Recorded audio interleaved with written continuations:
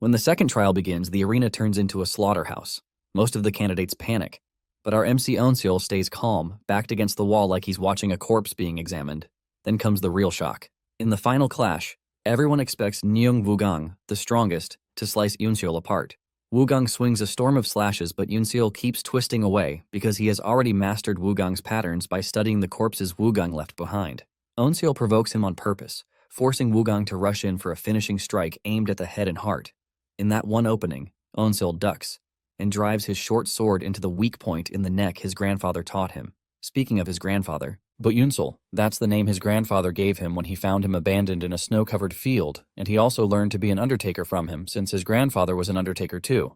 One night, when Yoonseol thought his grandfather and he were only going to play, he didn't know that would be the last time he would be with him, because he found him with no eyes and both arms cut off, just a moment ago.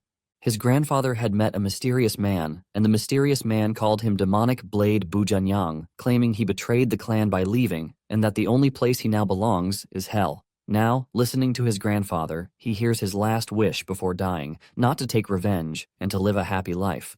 Well, that's not how the story is supposed to go. This time, Unsel can't grant his grandfather's wish. Examining his grandfather's body, his arms were definitely cut off at the same time. The technique that was used was a downward slice, which is a rare move. On top of that, the move changes midway to stab the eyes. Unsel realizes that kind of technique has to be from the demonic path, and one of those that makes such a wound is the Tianzu yoga technique. Looking at his grandfather's back, there are 93 traces of hidden weapon usage, like a sky full of falling flowers. There has to be some kind of device that can shoot hundreds at once. Additionally, the underside of the tongue and the nails are discolored. That only happens when you are poisoned by a lethal poison that causes putrid flesh and rotten blood. Putting all this together, there cannot be that many people like that, and he is determined to find that person no matter what.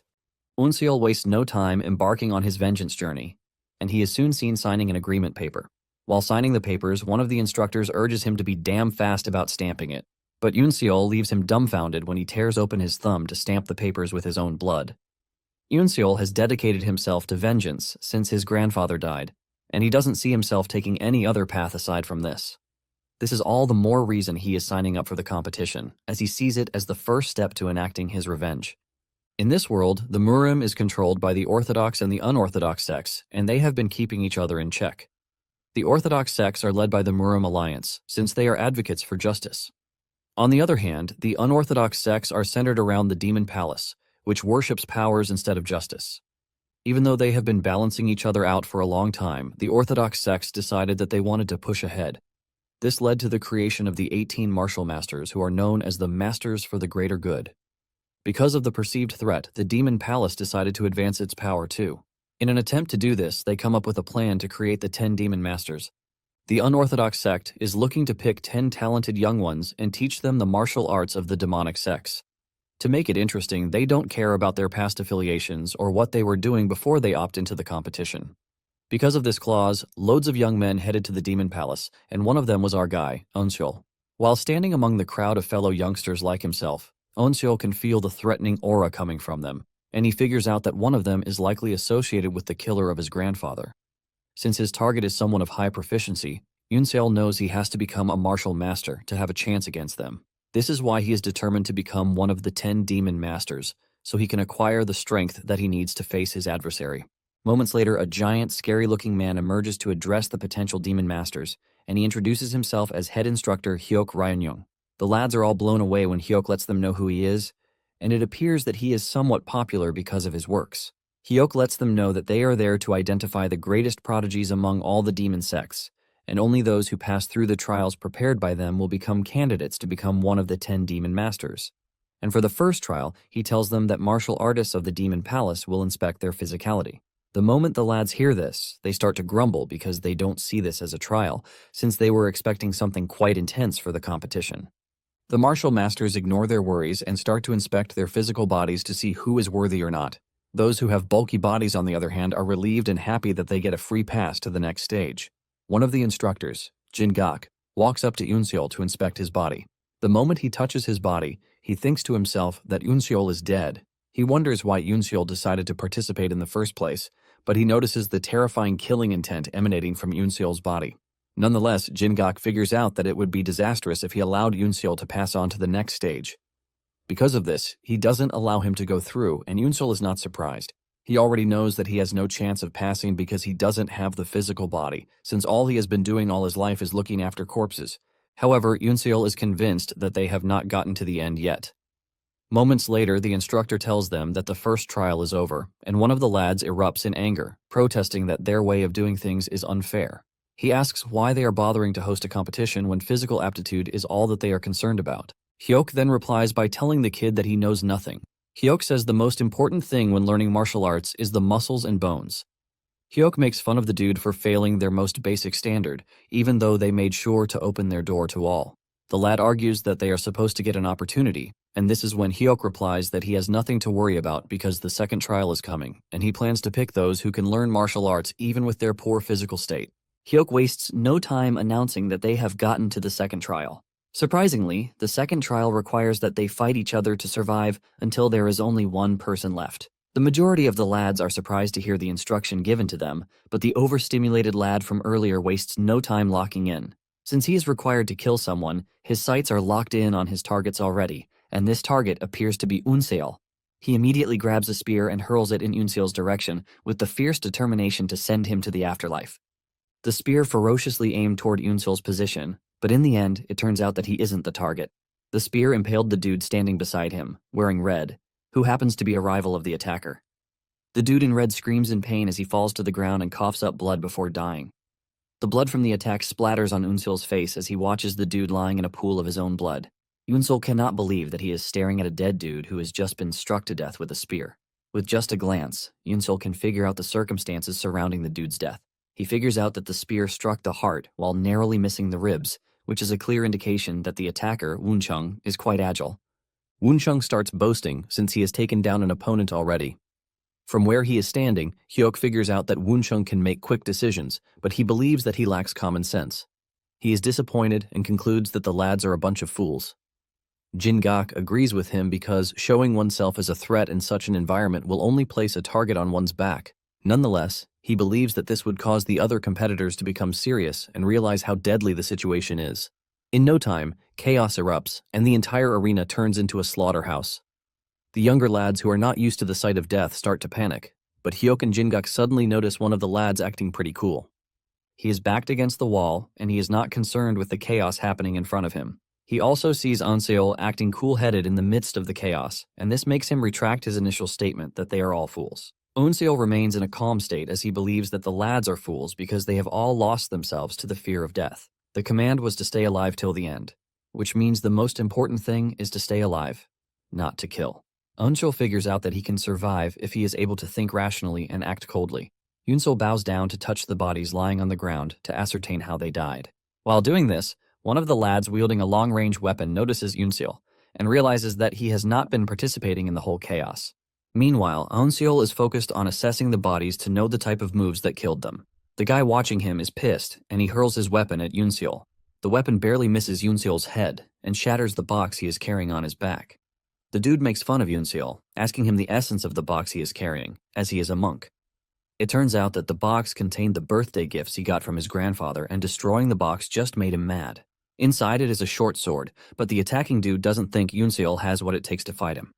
He makes fun of Yoon-seol, saying he has a puny sword, but while he is distracted with Yoon-seol, the cool dude from earlier appears behind him and cuts him down. The cool dude then boastfully tells Yoon-seol that he doesn't need to thank him because he served as the best distraction to kill his opponent.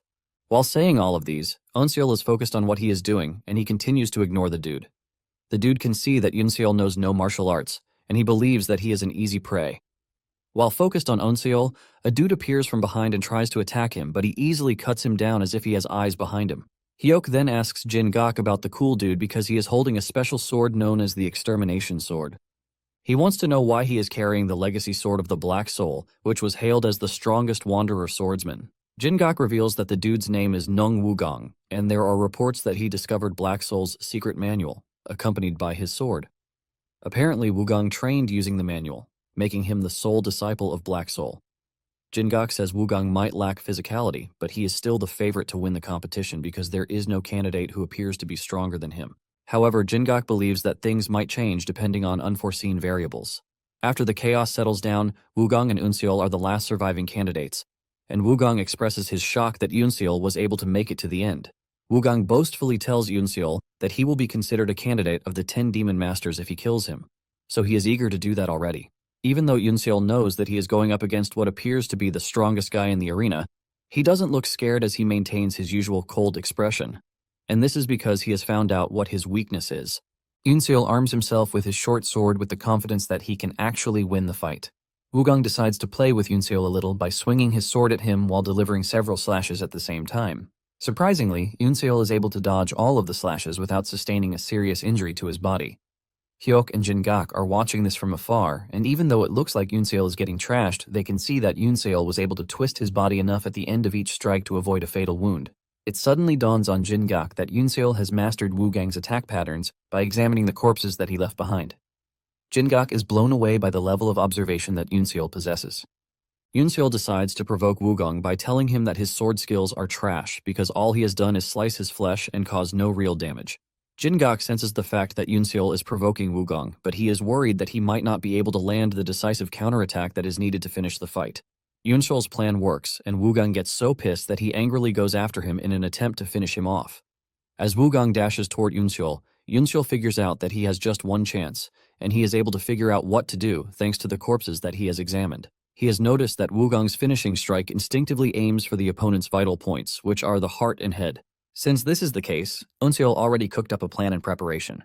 Just as Wugong's sword is about to reach him, Yoonseol bows down, ultimately dodging the incoming attack, leaving Wugong pretty open to Yoonseol's attack. In the past, his grandfather had told him about the specific position in the neck that is vulnerable to almost all martial artists. Even a child can take down a martial artist if they strike the acupoint with precision and the required strength that is needed to puncture the area. This is the exact position that Yoonseol is targeting, and without realizing it, Wugong has exposed himself for Yoonseol's short sword to push through. With no room to react, Wugong finds his neck hanging from Yoonseol's short sword, with his blood pouring out excessively. In the end, Wugong's body crashes to the ground, leaving Yoonseol as the sole survivor of the battle. Jin-gak and Hyuk are both shocked to see this, as it turns out to be the unexpected variable that Jin-gak was talking about. Hyuk was disappointed that Wugong died to Yoonseol because he had high expectations, since he was using the sword arts of the Black Soul. Nonetheless, Hyuk has no choice but to declare Yoonseol as the winner of the second trial. Yoonseol suddenly sees himself in a blank space with his grandfather standing in the distance. He excitedly rushes over to his grandfather, but his joy fades away when his grandfather turns around with no eyes. His grandfather frantically tells him that he can't see him, and a wave of reality immediately hits Yoonseol. Just then, Yoonseol jerks back to life and realizes that he is on a ship. He realized that he must have fainted from the loss of blood, but he realized something surprising. He knows that he suffered fatal injuries from the fight, but he is not feeling any pain from the said injuries. He realizes that he must have been treated by a high-level physician from the demonic palace. He also notices that the other dudes standing on the ship all look well-trained, and this is when it dawns on him that they must have been the ones who survived the first trial. Moments later, the latch above them opens, and Jin-gak appears, telling them to disembark because they have reached their destination, which is the next trial area called Hell Island. Jin-gak yells at the candidates, telling them to follow him as he leads them to a block of caves, which will serve as their living quarters. He tells them to discard their previous clothes and weapons and step out of the caves after they are done wearing the prepared clothes and swords. Apparently, they are allowed to pick a cave that they think would suit them best. In no time, Yoonseol has spotted what appears to be the best place that he can stay. On the other hand, two dudes are arguing over who should pick a particular spot, with both claiming that they have a right to it. A third party soon shows up, urging them to stop fighting over the caves because there are loads of nice spots for them to choose from. Deep down, Yoonseol is making fun of the candidates because none of them know what happened during the second trial, and they all have their guards lowered. Yoonseol notices that most of them are wearing expensive clothes, which is an indication that they might all be members of prestigious clans. Yoonseol finally figures out that the second trial was an avenue for them to weed out those whom they can kill. While he is busy standing and assessing the situation, Jin-gak appears behind him, asking him why he hasn't chosen a cave yet, because he has been rather sluggish since the start of everything. It turns out that Jin-gak has been interested in Yoonseol since the last trial, and he is waiting to see which cave he would pick. He urges him to pick quickly, and Yoonseol points to the cave with a small entrance. The cave also has mud spilling out of it, and one of the candidates makes fun of him for picking a cave befitting his status. On the other hand, Jin-gak is extremely impressed, and he considers Yoonseol nothing but a genius because of his choice. The cave might appear to be small, but that is just for the entrance, and the inside of the cave is large enough to train in. In addition, the tiny entrance helps to defend against intruders, and most people avoid the cave after seeing the entrance. But Jin-gak is pleased that Unseol gauged everything very well. Moments later, the candidates step out of the caves wearing their black attire, and they all gather to hear what Jin-gak has to say. Jin-gak explains that the Hell Island is home to 10 martial arts facilities, and they can learn one of the 10 demonic sects martial arts in each of the buildings. Apparently, they are free to learn all of the arts or focus on just one in particular. To add to this, they have the freedom over their schedule, as they can sleep, play, train, or do whatever suits them. Onseol is shocked to hear this because the second trial was nothing but a hellhole, and he doesn't believe that they are going to leave them to do whatever they want. The candidates waste no time debating which arts they are supposed to learn first. The majority thinks the Fire Rain Sword Sect's martial arts are the right choice, as they are considered to be the strongest. Unseol watches as they all run toward the Fire Rain building, which is considered to be the strongest sect. Onseol agrees that the Fire Rain is amazing, but doesn't think it would be helpful to him, since he has never learned martial arts before. He wastes no time figuring out the martial arts that would be more useful to him. Onseol then walks over to the Wandering Beast Pavilion, which is a ragged-looking building. Apparently, the sect has gone down the drain over the years, and they barely stand among the 10 demon sects. The only reason they are still maintaining their status is because of their history of producing a bunch of strong martial artists over the years. Unseol remembers his grandfather telling him about the sect some time ago. Suddenly, Unseol notices movements in the ground, and before he knows it, a head pops out of the ground. The dude asks him if he has come to the building with the hopes of becoming one of the 10 demon masters. It turns out that the dude is the master of the Wandering Beast Pavilion, Sa-woo. Unseol finally pulls himself together, and he tells Sa-woo that he has come to learn the martial arts of the Wandering Beast Pavilion. Sa-woo takes a quick glance at Unseol and sees how frail his body is. After assessing the situation, he tells Unseol to leave because he has no intention of teaching him martial arts. He lets Unseol know that he is a fragile kid and might just die from the training. Unseol tries to plead his case by telling Sa-woo that he has heard that he can survive anything if he learns the martial arts of the Wandering Beast Pavilion. Sa-woo expresses his shock that Unseol even knows about wandering martial arts since it is about to go extinct. Nonetheless, Sa-woo lets Unseol know that their martial arts are pretty difficult to learn, and this even applies to those who have considered themselves to be geniuses.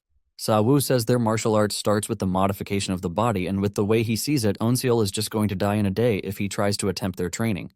He suggests that Unseol leave, but Unseol suddenly pulls a genius move by bowing to Sa-woo and thanking him for agreeing to teach him their martial arts.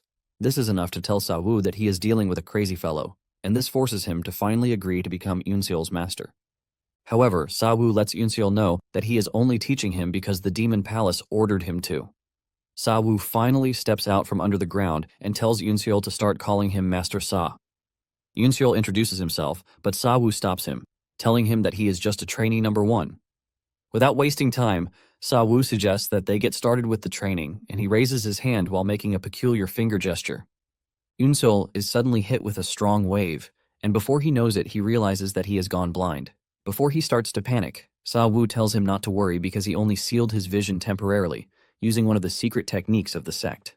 Sa-woo claims that this is a necessary step in learning the Wandering Beast Path, which is a basic martial technique of the sect. Unseol is confused by all he just heard, and Sa-woo explains that the Wandering Beast Path is meant to heighten all of his senses and give him reflexes comparable to a beast's. Sa-woo reveals that the sect's martial arts are unlike the other sects because it varies depending on the person learning them. This is the reason the Wandering Beast Path, which is considered a basic technique, is also hard, causing just a few to learn it or master it.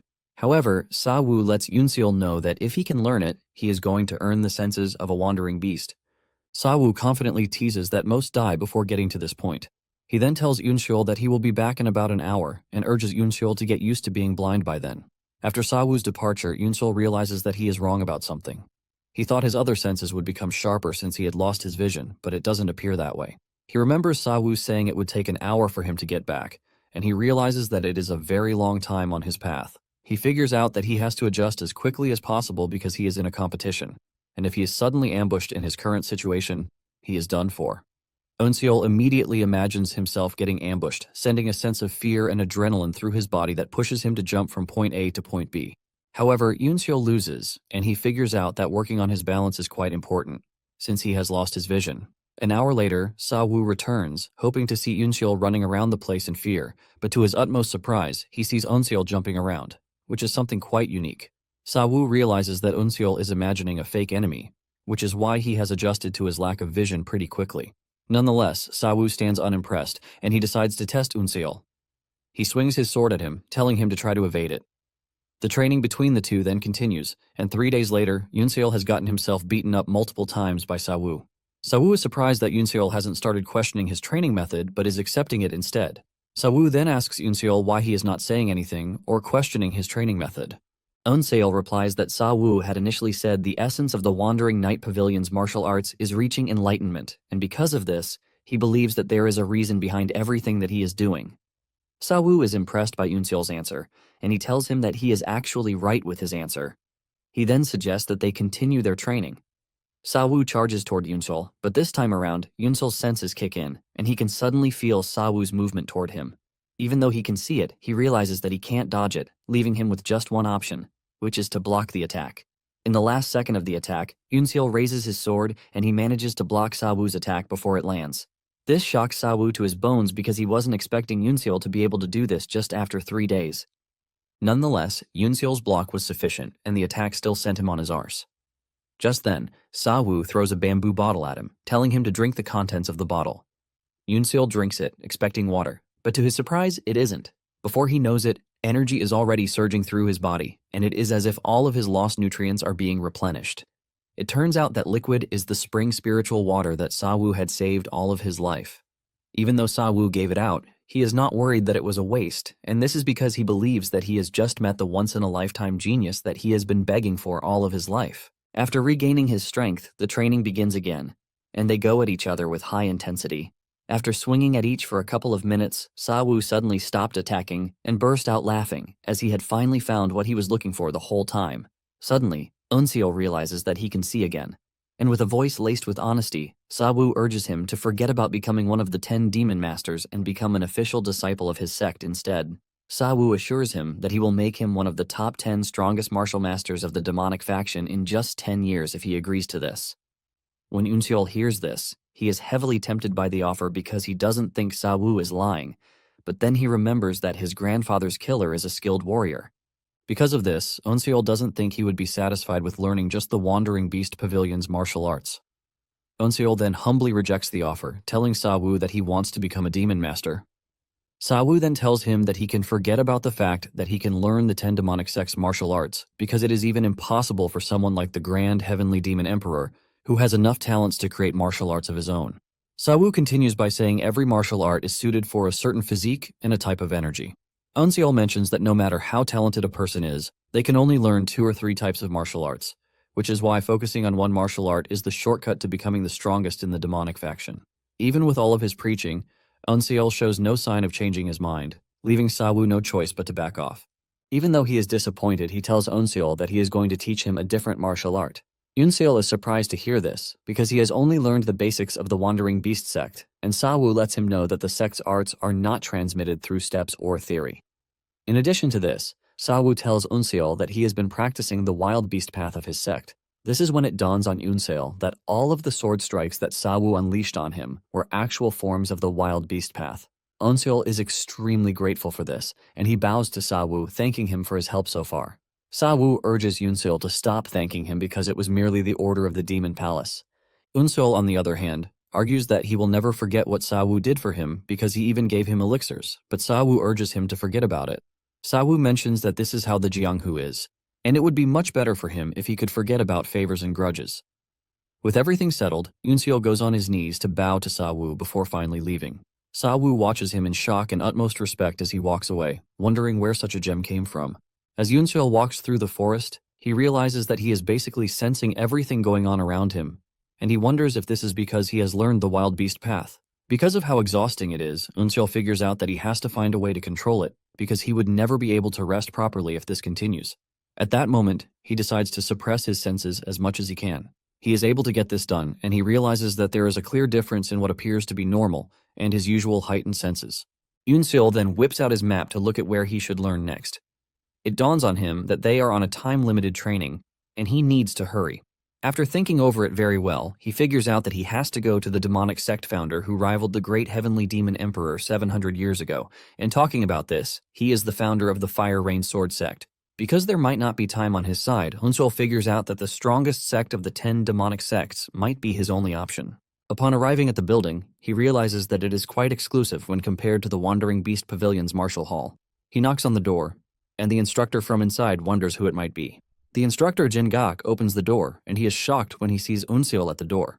Unsul bows to him, telling him that he has come to learn the martial arts of the Fire Rain Sword sect. Even Unsul is shocked when he realizes that Jin-gak is a martial master from the Fire Rain Sword sect. Jin-gak tells Unsul to follow him, and he lets him know that the candidates who entered earlier have already completed the elementary trial and have moved on to the intermediate trial.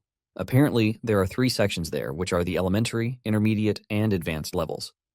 Jin-gak then asks him why he is just coming to the Fire Rain sect after 2 weeks, and Unsul reveals that he was learning martial arts at the Wandering Beast Pavilion.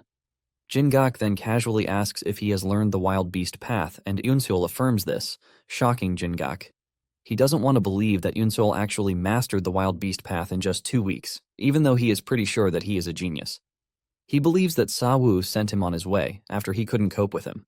Once they reach the training hall, Jin-gak gets serious, and he introduces himself to Unsul, revealing that he is the one in charge of the beginner trial. Jin-gak asks Unsul if he is really interested in learning the Fire Rain sword art because it would be better for him to head to another martial arts hall. Unsul replies that he appreciates Jin-gak's concern, but lets him know that he is interested in the sword arts of the Fire Rain sword sect. Since this is the case, Jin-gak slams his foot on the ground and a training manual appears beside him. Jin-gak tells Unsul that the manual is the introductory form and practical method of the Fire Rain's 13 forms. He urges him to study the manual and train himself. However, Unsul is confused because all he can see are strokes written on a large note with no idea of what he is supposed to do about it. Jin-gak is shocked when he hears this, forcing him to ask Unsul if he can read a sword manual. Unsul then gives him a more shocking answer, telling him that he actually can't because up until the competition he has never learned anything about swordsmanship. This answer sends shivers down Jin-gak's spine, leaving him totally dumbfounded. Jin-gak is forced to ask again, and Unsul affirms this, saying he had no prior knowledge of martial arts. Instead of being disappointed, Jin-gak is actually impressed because he has seen what Unsul has done so far, and he figures out that if he is properly taught, he would go on to be exceptional. Jin-gak then asks Unsul if he can read even if he can't see or follow the sword steps, and Unsul says yes. Unsul then reads out the writing in the manual, which is basically instructions to follow before practicing the moves in the manual. Unsul tries to follow the guide, but he ends up doing rubbish, leaving Jin-gak in extreme shock. He can't believe that he is about to start teaching Unsul how to properly move or carry himself in a place where they are supposed to pick one of the 10 demon masters. Jin-gak moves over to Unsul and positions his body as it is supposed to be, telling him how to relax his body so his core will not be tense. Immediately, Jin-gak explains this. Unsul fixes his posture, and Jin-gak is ultimately impressed that Unsul understood without stressing him. Since his posture has been fixed, Jin-gak tells Unsul that he is going to teach him the Fire Rain 13 forms without further delay. He hands him a sword and starts showing him how to move his body in the right adjustments and precision. Just as usual, Unsul is able to follow everything that Jin-gak is showing in the right way. Jin-gak stands watching, and he is totally impressed, leaving him to accept the reality that Unsul is nothing short of being talented. After sessions of training, Jin-gak tells him to imagine an enemy in front of him and use the Fire Rain 13 forms. Unsul is initially confused by what Jin-gak means by creating a fake enemy, but Jin-gak explains that this is the criterion that he needs to pass if he wants to make his way to the intermediate hall. Apparently, this is to see the sword intent present in his basic moves. The moment Unsul hears this, he realizes that he has finally gotten the chance to prove himself, and he needs to do it quickly, since the chance came on early. Just as expected, the enemy he imagines is none other than the dude who sent his grandfather to the afterlife. Unsul draws his sword and unleashes the first form of the Fire Rain, 13 forms with precision and fury. Jin-gak is stunned when he sees the way Unsul is moving with the sword and executing the moves. Unsul continues moving through the 13 forms, but Jin-gak soon notices that there is a modification to the Fire Rain 13 forms. The sword technique is usually soft and spirited, but Unsul is using the technique in such a sharp way. Jin-gak cannot believe what is happening in front of him because changing the basic moves of a sword technique is something possible only for a grandmaster. Jin-gak also notices that the sword moves are embedded with scary killing intent, just as if he were facing someone who has deeply hurt him. Jin-gak doesn't want to believe that the sword moves of the Fire Rain sect, which is considered orthodox, are being changed as if they were nothing. Because of this, he starts realizing that Unsul must have had a unique life while growing up. In no time, Unsul also notices that he is already altering the Fire Rain sect 13 forms.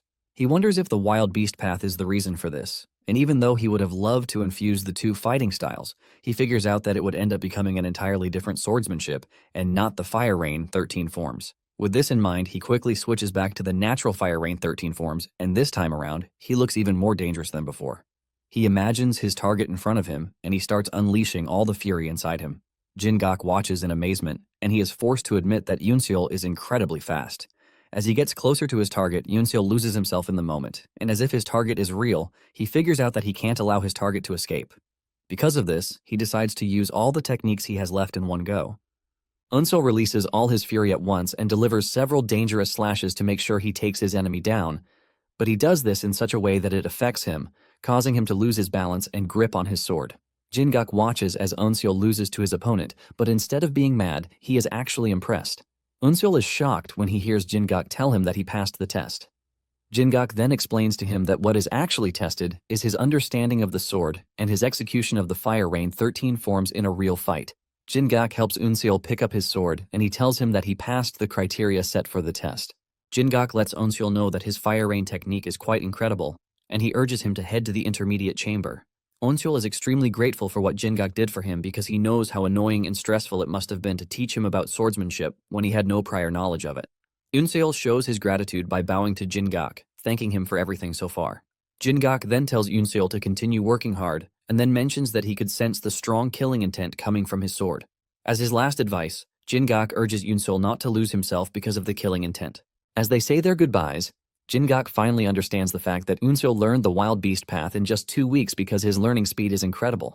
Because of this, he is even moving to the intermediate chamber way faster than Jin-gak himself expected. Jin-gak was initially doubtful of Yoon-seol's capability of making it to the intermediate chamber, but after their session together, he is certain that he would. In addition, Jin-gak is pretty confident that the intermediate chamber instructor, Cheon Woogang, would be obsessed with Yoon-seol by the time he spends some time with him. Yoon-seol soon makes his way into the intermediate chamber, and the instructor doesn't welcome him with warm hands, as he urges Yoon-seol to buzz off because they are full already. Cheon is acting cold toward him because he is not impressed with the fact that Yoon-seol just passed the elementary chamber after weeks of training. Cheon says Yoon-seol has no chance in the intermediate chamber with the type of talent that he has. In his defense, Yoon-seol explains to Cheon that he came late because he spent time training at the Wandering Beast Pavilion. When Cheon hears this, he is still not impressed, as he believes that Yoon-seol must have escaped from the wild beast training thanks to the intense training over there. However, since Yoon-seol passed the elementary test, Cheon has no choice but to tell him to take his seat with the rest of the candidates. Cheon then continues his teaching, telling the candidates that the Fire Rain Thundering Sword that they are about to learn is made of rapid movements, and if they are not skilled with the sword, they are going to end up harming themselves. Cheon continues by saying the Thundering Sword is pretty hard to use in combat, just like the Fire Rain 13 forms. Nonetheless, they are required to learn it because it is a basic martial art, and the main focus is to sharpen their prowess with the sword, not to win. Cheon then calls forward one of the candidates, Bayok Hansung. For their practical purpose, Cheon tells him to pick an opponent to duel. Bayok smiles evilly before asking if he is allowed to pick anyone of his choice, and Cheon says yes. Just as expected, Bayok points to Yoon-seol, saying he wants him as his opponent. Cheon wants to debate this, but Bayok reminds him that he already told him that he can pick anyone. Cheon still tries to fight the decision by asking Bayok how he plans to test his knowledge against someone who just joined the class. Cheon urges Bayok to pick someone else, but Yoon-seol suddenly cuts in, telling the instructor that he is fine with it. Cheon is shocked to hear this, and Yoon-seol tells Cheon that he learned how to use the sword from Jin-gak. Yoon-seol says he believes that he has a better chance at learning if he practices against others. To Cheon, Yoon-seol is only trying to protect his ego, but he is not going to stop him. Cheon then tells them to go ahead, saying he hopes that they can reach the advanced chamber. Bayok, on the other hand, considers himself the luckiest dude on the planet because he just got himself a rookie that he can trash in whatever way he likes. He is even planning to kill Yoon-seol so he can show how skillful he is to the rest of the class. The two then arm themselves with wooden swords in preparation for the battle. Bayok commends Yoon-seol for his bravery, but tells him that he needs more than bravery if he is going to survive in the Murim. Bayok wastes no time dashing toward Yoon-seol, but Yoon-seol easily dodges his attack. Bayok is impressed, but believes that Yoon-seol won't be able to keep it up. He goes hard again, forcing Cheon to block his next attack with his sword instead of dodging. With the way their swords are hitting each other, Bayok can see that Cheon is truly a beginner, and this makes him even happier. Bayok continues having fun with Cheon and even unleashes the Thundering Sword technique, but Yoon-seol remains calm-headed as he dodges everything that Bayok throws at him. At this point, frustration has started setting in, and Cheon can see this. He figures out that Bayok might not be skilled with the sword, but at the same time, Eunseol is dodging everything as if he is predicting Bayok's moves. This starts to convince Cheon that Eunseol might have truly learned the wild beast path. Since he is a martial artist, he knows how difficult it is to learn the wild beast path even though it is just a basic technique. Because it is usually learnt by experienced martial masters, Bayok doesn't want to believe that Eunseol has learned it in just 2 weeks. Cheon decides to make everything serious, and he tells Eunseol that the duel is not only about dodging because he is watching to see their sword skills and to also test their reflexes. Upon hearing this, Eunseol decides to get serious with Bayok, and he goes after him with the Fire Rain 13 forms. However, Bayok doesn't feel any form of threat from the technique because it appears to be slightly different from the 13 forms. He is confident enough to think he can actually dodge the slash with little to no effort. However, he soon realizes that he might actually be wrong because the sword technique comes at him so hard that he finds himself struggling. Several questions start running through Bayok's head as he wonders if Eunseol was intentionally testing him with a variant of the 13 forms just so he can mock him. He also wonders if Eunseol is doing this to get noticed by the instructor so he can be automatically promoted to the advanced chamber. Realizing that with the way things are going, he is going to be disgraced, Bayok decides to tap into another sword style, the Asura sword style. He delivers the blood-shattering strike in an attempt to finish off Eunseol in one go. Apparently, the sword style is a lethal move of the Asura sword sect, and since Cheon didn't restrict the type of sword styles that they can use, he cannot stop the fight. Suddenly, Cheon notices that even with the fact that Eunseol is going up against a dangerous fighting style, he has maintained his balance. The thought of Eunseol actually learning the wild beast path crosses his mind yet again, even though he still doesn't want to believe. Eunseol continues dodging the attacks coming at him, forcing Bayok to resort to an even deadlier technique, the Bloody Wind Warping Moon. Even Cheon is dumbfounded when he sees this, and he watches in horror as Bayok leaps into the air toward Eunseol.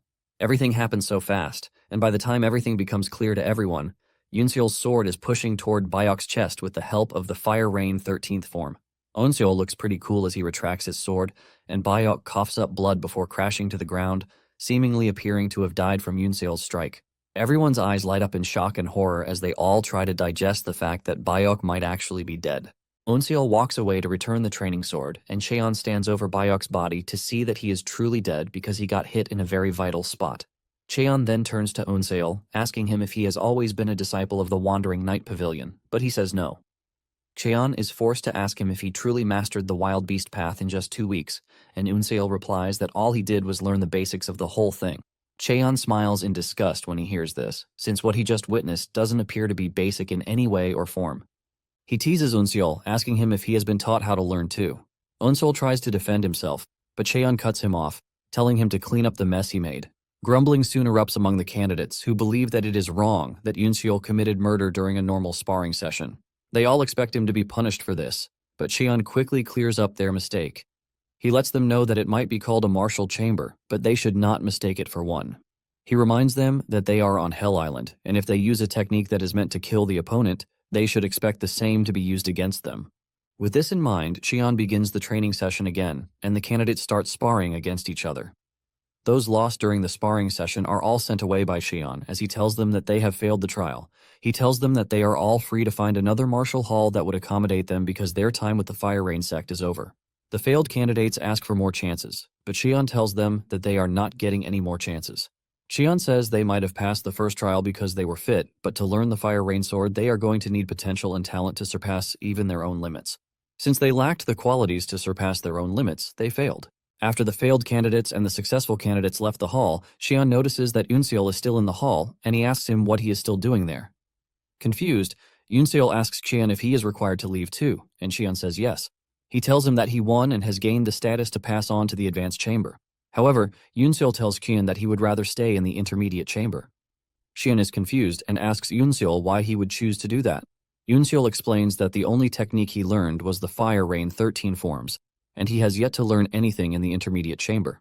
Cheon is surprised that Eunseol learned the Wild Beast path, which allowed him to see through Bayok's attack, but he claims that he hasn't learned anything.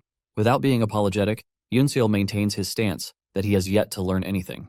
Realizing that Eunseol has no intention of giving up, Cheon has no choice but to agree to teach him the Fire Rain Thundering Sword, which is the upgrade of the Fire Rain 13 forms. However, he lets Eunseol know that he hates it when people try to play tricks on him in an attempt to make an impression. He sternly tells Unseol that he is going to behead him if he finds out that he has learned any other sword technique other than the Fire Rain 13 forms. 4 days after this, Unseol is still training under Cheon, and they have gone through rigorous sessions together. Cheon has checked through all the manners that he knows while training Unseol and has confirmed that he truly lacks the fundamentals of sword techniques. Even though he just started learning the sword techniques, his determination and concentration are something worth noting. Cheon can see the fierce determination written all over Unseol's face, as if he would die if he didn't learn martial arts. Cheon finally realized how it was possible for Unseol to learn the Wild Beast Path in just a fortnight. To make it interesting, Unseol is already wielding the Thundering Sword technique, showing just how crazy his learning speed is. Unseol is going hard just as usual when Cheon tells him to stop, telling him that he has learned the principles of the Fire Rain Thundering Sword. Unseol is skeptical when he hears this, and Cheon explains to him that the Fire Rain Thundering Sword is a sword technique that quickly twists the body around to help take on several moves. Cheon mentions that the moves are not something he can actually use in a real battle. However, Cheon has noticed that Unseol is trying to use all the techniques in real life, as if he is trying to end someone's life. Unseol is confused because he believes that one learns sword techniques to be able to use them in real life. Cheon admits that killing intent is needed in the demonic arts, but at the same time, when aiming for a higher realm, the Fire Rain Sword abandons the killing aspect. Cheon tells Unseol that he has to get rid of the murderous intent stuck in his head, or else he would end up creating a martial art that would harm him. It finally dawns on Unseol that Cheon is practically saying the same thing that Jin-gak told him. Cheon confesses that he has also lived with killing intent in the past, which forced him to kill all those who stood in his way. However, this made him lose honor and pride, and his martial prowess came crumbling down. Cheon continues by saying the techniques are meant to kill and might give the illusion that it will take one to a higher realm, but in reality, it is actually an obstacle that stands in the path of swordsmanship. As if talking to his son, Cheon lets Unseol know that he has to let go of his killing intent. Just as he hears this, Unseol remembers what his grandfather once told him about those who wield the sword. His grandfather once told him that those who wield a sword have a past stained with despair and nothing but misfortunes, which is why people in the Murim hate to talk about their past. Unseol then asks Cheon why he is telling him all these things, and Cheon lets him know that he is doing that so he can know that he once lived with killing intent too. Cheon then asks Unseol for his name, and when he tells him, it dawns on him that he was the one who survived the second trial that Jin-gak told him about. Cheon then tells Unseol that he has a big problem on his hands, and when Unseol asks what it is, Cheon lets him know that he lacks the basics of martial arts. Cheon explains to him that those he is competing with have been learning martial arts since they were kids. Cheon says the gap between them would only widen if he began to learn the Fire Rain sword technique in the advanced chamber. Cheon tells Unseol that he has to quickly master the basic martial arts so that he has the fundamental foundation to build upon the Fire Rain sword. Because of this, Cheon decides that he is going to teach Unseol the unrivaled lightning and thunder technique that he created himself. However, before they begin, he lets Unseol know that he has destroyed all the nerve endings in his fingers because he failed to master the said technique. This shows just how dangerous the technique is, and if things go wrong, Unseol might actually lose control over his arms instead. If this happens, he won't be able to move to the advanced chamber, but instead become a cripple. With the warning set out, Cheon asks Unseol if he still wants to go ahead with the training. Without hesitation, Unseol agrees to this because he doesn't care about losing some damn arms, since he is willing to sacrifice his soul as long as he gets his revenge. A month after this, Unseol was able to learn the unrivaled lightning and thunder techniques before finally getting the chance to leave the intermediate chamber. Even though Cheon told Unseol that he was pretty quick with it, Unseol still thinks he took too long to learn the techniques. Since he has learned the said techniques, it is finally time for him to proceed to the advanced level. The moment he opens the door to the advanced chamber, he has everyone staring at him, and Unseol senses a different ferocity from the trainees, which is understandable since they have seen what he can do. Unseol can't believe that people look down on the job of being an Undertaker, while killing someone is regarded in high esteem. The instructor urges Unseol to step in and take his seat because he is about to begin the lesson. Because they have a new trainee among them, the instructor reveals that he is going to explain the central reading of the Rain Sword as well as the 7 teachings. He starts by telling them that they must know how to balance power within every part of their body so that they can have an unshakable stance. After a minute of reading the note in front of him, Unseol realizes that he wouldn't have understood shit if he didn't learn the advanced martial arts from the intermediate chamber. After the instructor is done with the day's verbal teachings, he tells Unseol to follow him. The instructor then takes Unseol to the garden at the back of the chamber. He mentions that there are situations where one can defeat an armed enemy without a sword. In this situation, he says the said person no longer needs the sword to form sword arts. The instructor then whips out a plant branch and points it directly at Unseol before asking him an important question. He asks him how he is going to respond if he is suddenly attacked and he has no sword in his hands. The instructor reveals that while he was busy in the intermediate chamber, his mates have learned the Shining Mystique, which is the first form of the Fire Rain Sword, which is why they are currently discussing the theory. The instructor lets Unseol know that he has no hope of learning anything from him if he can't understand what he is currently asking him. Since his training career depends on it, the instructor urges Unseol to answer carefully. Unseol then takes a deep breath before replying that if he is lacking a sword, he will simply use his opponent's sword. Without wasting time, he tries to grab the plant branch from the instructor, but before his hand can even reach one of the leaves, the instructor vanishes and appears behind him. The instructor scolds Unseol, telling him that his answer is too hasty. Unseol, on the other hand, is not concerned with what the instructor just said because he is busy wondering when the instructor got behind him. Unseol tries going after the instructor again, but the result remains the same. Unseol soon finds himself getting frustrated because he can't predict where the instructor will move to. Unseol wasn't expecting to easily catch him, but at the same time, he couldn't believe that he couldn't even follow his movements at all. Unseol is now worried because he knows that he has no chance in the advanced chamber if he fails to impress the instructor right there and then. Unseol then comes to the conclusion of using the wild beast path to its full potential, even if it is just once. With his mind set on this, he jumps toward the plant branch, but just as he is about to touch it, he is sent flying backwards by the instructor. Unseol crashes into the ground, looking totally disappointed, but before he can start wallowing in his failure, the instructor dashes toward him and pats him on the shoulder. The instructor laughs out loud before telling him that he has passed the test. Unseol is shocked when he hears this because he couldn't even touch the old man, which leaves him confused about how he actually passed the test. The instructor ignores his question and tells him that he is going to learn the Shining Mystique technique starting the next day. He urges him to come early and even earlier than his mates. Unseol is pleased to hear this, and he thanks the instructor for his grace before finally taking his leave. As he walks away, the instructor stares at the plant branch in his hand, and a bunch of the leaves fall off. Unknown to Unseol, he was actually able to reach the leaves, but the instructor was wise enough to send him flying to make it seem like he failed. The instructor is extremely impressed, and he admits that he is expecting great things from Unseol. Later on, Unseol is walking through the woods when he starts thinking of circulating his chi instead of resting, since a fight might as well break out anytime. Suddenly, he notices multiple presences behind him, and thanks to his wild senses, he is able to figure out how many are out there. 5 dudes soon appear behind, and they all look pissed. They tell Unseol that he has been acting pompously since the intermediate chamber, and they are there to teach him a good lesson. The 5 boast about how they are called the 5 peak swords because they are geniuses, and they are there to kill him. Instead of engaging in baseless arguments with the 5, Unseol leaves his sharp senses turned on, and with this, he is able to figure out that there is one more person lurking in the shadows. Just as the 5 are about to make their move, a scary dude appears behind and knocks out the ringleader. He crashes to the ground from just a strike, and this sends fear down the spines of the others. They turn around to see the attacker, who turns out to be a strong trainee known as Seo Jinha. Jinha ignores the other 4 and turns to Unseol, telling him that they need to talk. The 4 manage to get his attention by asking him what he is doing there, and Seo Jinha tells them to piss off because he has no business with them. The 4 pick up their last dude and they dash out of there while promising to get back at Unseol. Without a doubt, Unseol could clearly see that Jinha is quite strong. Once Jinha confirms that the 4 are gone, he turns to Unseol to ask him a seemingly important question. He points his sword at him and asks him who he is, and the question leaves Unseol confused. Earlier that day in class, the instructor had called Unseol out to try out his technique. Unseol grabbed his sword and took in a deep breath before he started swinging his sword with precision.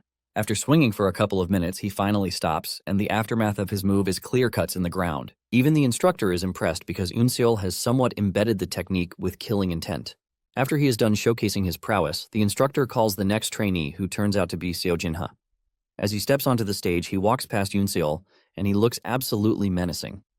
When it is time for Jinha to show off the first technique of the Fire Rain Sword, he changes it and displays a technique that is a perfect counter to what Unseol just displayed. Unseol had seen this as a clear warning. Now that he is standing face to face with Jinha, Unseol asks him what he meant by who he is. Jinha screams at Unseol, believing that he is only playing dumb to the question. Jinha reveals that he is well aware that not everyone is there on the island because they want to become one of the 10 Demon Masters. The moment Unseol hears this, reality starts to dawn on him. He realizes that the opportunity to learn the 10 demonic arts is quite amazing, but everything was rushed and appeared to be badly executed. He then figures out that the opportunity is serving two purposes, and one of them is a trap laid out to catch something. With a calm and genuine voice, Unseol asks Jinha if there is a spy on the island. With the way he asked the question, Jinha could see that Unseol wasn't lying. Jinha then sheathes his sword, saying Unseol is not the person he is looking for. Before leaving, Jinha tells Unseol to stop acting out of line, because if he continues getting on his nerves, he might just kill him. After Jinha leaves, Unseol realizes that there is a lot more going on beneath the surface than he thought. Unseol figures out that it is normal for him to have missed some things because he has been solely focused on training. Unseol decides to push any thoughts of distraction out of his mind because no matter who it is, he will end up fighting them in the end. Not long after this, the instructor tells the trainees that they have come to the end of their training. After giving them a farewell speech that also counts as a motivational speech, he wishes them luck on their adventure in the Murim. Suddenly, the bell goes off. And while the trainees are wondering what is happening, the instructor tells them to head to the Stone Mountain, which is located in the center of the island. Moments later, the trainees are gathered at the Stone Mountain where the head instructor is present. The moment he realizes that everyone is present and accounted for, the head instructor tells the trainees that it is finally time for them to begin the third trial. The majority of the trainees are confused when they hear the head instructor talk about the third trial because they were all expecting him to say the second trial. The only person who actually knows the real deal is Unseol. Jin-gak then informs the trainees that all of the living quarters will be closed very soon, and they won't be able to return to the chambers until they have picked the 10 demon masters. He urges them to grab whatever it is that they need inside the caves before they are closed. One of the trainees then asks how the 10 demon masters would be selected, and the head instructor expresses his disappointment that they have been on the island for quite some time and they still haven't realized the game at hand. The head instructor then lays it out plain, telling the trainees that they are expected to kill each other. Hyuk says they are to kill each other until there are only 10 of them left. Hyuk says whatever method they employ is up to them. They are even free to run or hide, but he lets them know that there is a downside to this. Apparently, as time passes, they are going to restrict the areas where the trainees can stay, and those caught in the restricted areas will be killed by the killer demons standing behind him. The killer demons are a bunch of scary dudes in capes, and just the mere sight of them will cause one to pee their pants. Even Unseol starts sweating because he can sense the killing intent from the killer demons from where he is standing, which is a clear indication that they are incredible martial artists. Just then, one of the trainees asks Hyuk if they are allowed to attack the killer demons. Hyuk laughs out loudly when he hears this and expresses how impressed he is that there are candidates who are looking higher than the others. Hyuk then tells them that they are free to fight the killer demons and are even free to kill them. He reveals that any of the candidates who is able to eliminate a killer demon will immediately become one of the 10 demon masters, thus spicing up the entire game. The moment he says this, it dawns on the trainees that eliminating a killer demon appears to be even more difficult than taking on a bunch of trainees. Hyuk then reminds the trainees that they are free to team up or even ambush one another, as there is no method that is frowned upon as long as it helps them become one of the 10 demon masters. After they are dismissed and they get everything they need from the caves, the trainees make their moves. Unseol wastes no time distancing himself from the lots because he is quite aware that he already drew attention to himself in the course of their training. He figures out that he is going to get jumped, just like the so-called Peak 5 wanted to jump him in the forest. He knows that his priority is to get to a safe place, and his best pick is the Wandering Pavilion. Upon reaching there, he notices that the ground feels quite different from what he remembered. He goes down on his knees to feel the changes in the ground, and while doing this, he senses someone coming in his direction. Just then, a dude being chased down by some other trainees appears from the bushes, urging Unseol to help him because they are trying to kill him. Unseol grabs his sword, ready to strike in case it is a setup. The dude assures Unseol that he is going to repay him if he helps him escape from the dudes chasing him down. Unseol assesses the situation and realizes that the dude might actually be telling the truth because the wounds on his body appear to be real. Unseol can sense the 3 people who are chasing him, and he wonders if they are a team or not. Even though Unseol is not interested in whatever they have going on, he can't risk exposing himself because of the dude that they are chasing. Realizing that he has no choice, Unseol is forced to hide himself and the dude in one of the hidden underground pouches located around the pavilion. The trio chasing the dude soon shows up, but they find no one, leaving them totally confused. They walk around the pavilion trying to find their target, but unknown to them, he is right below them. After searching the area and realizing that their target is not there, the trio has no choice but to leave to continue their search. Once Unseol confirms that the assailants are going, he and his conditional partner finally emerge from their hiding place. The dude is grateful that he survived the whole thing, and he thanks Unseol for his help. While he is busy thanking Unseol for his help, Unseol is busy assessing the situation. Yunseol figures out that Sa-woo must have prepared a new set of holes for him to help him hide.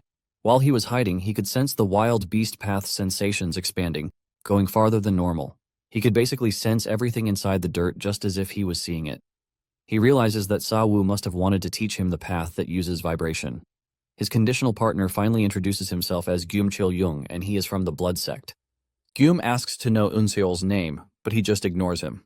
Eunseol is not ready to sit down, and he starts heading to his next location. Gyum urges him to stop, and he asks him if he can join him just to be safer. Gyum says he sees Eunseol as a trustworthy person since he helped him escape earlier.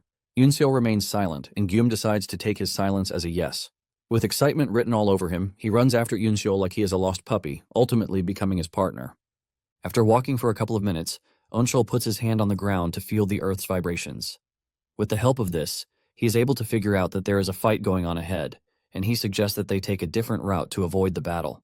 Gum is blown away when he sees what Eunseol can do, and he urges him to teach him how to do it, but our guy just ignores him and continues walking. Suddenly, Eunseol hears one of the fighters talking about how determined he is to avenge his fallen comrades. The moment Eunseol hears this, it sends a familiar feeling down his entire body.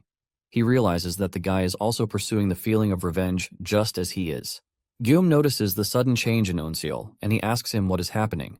But before he can talk further, Eunseol lets him know that they are taking a detour.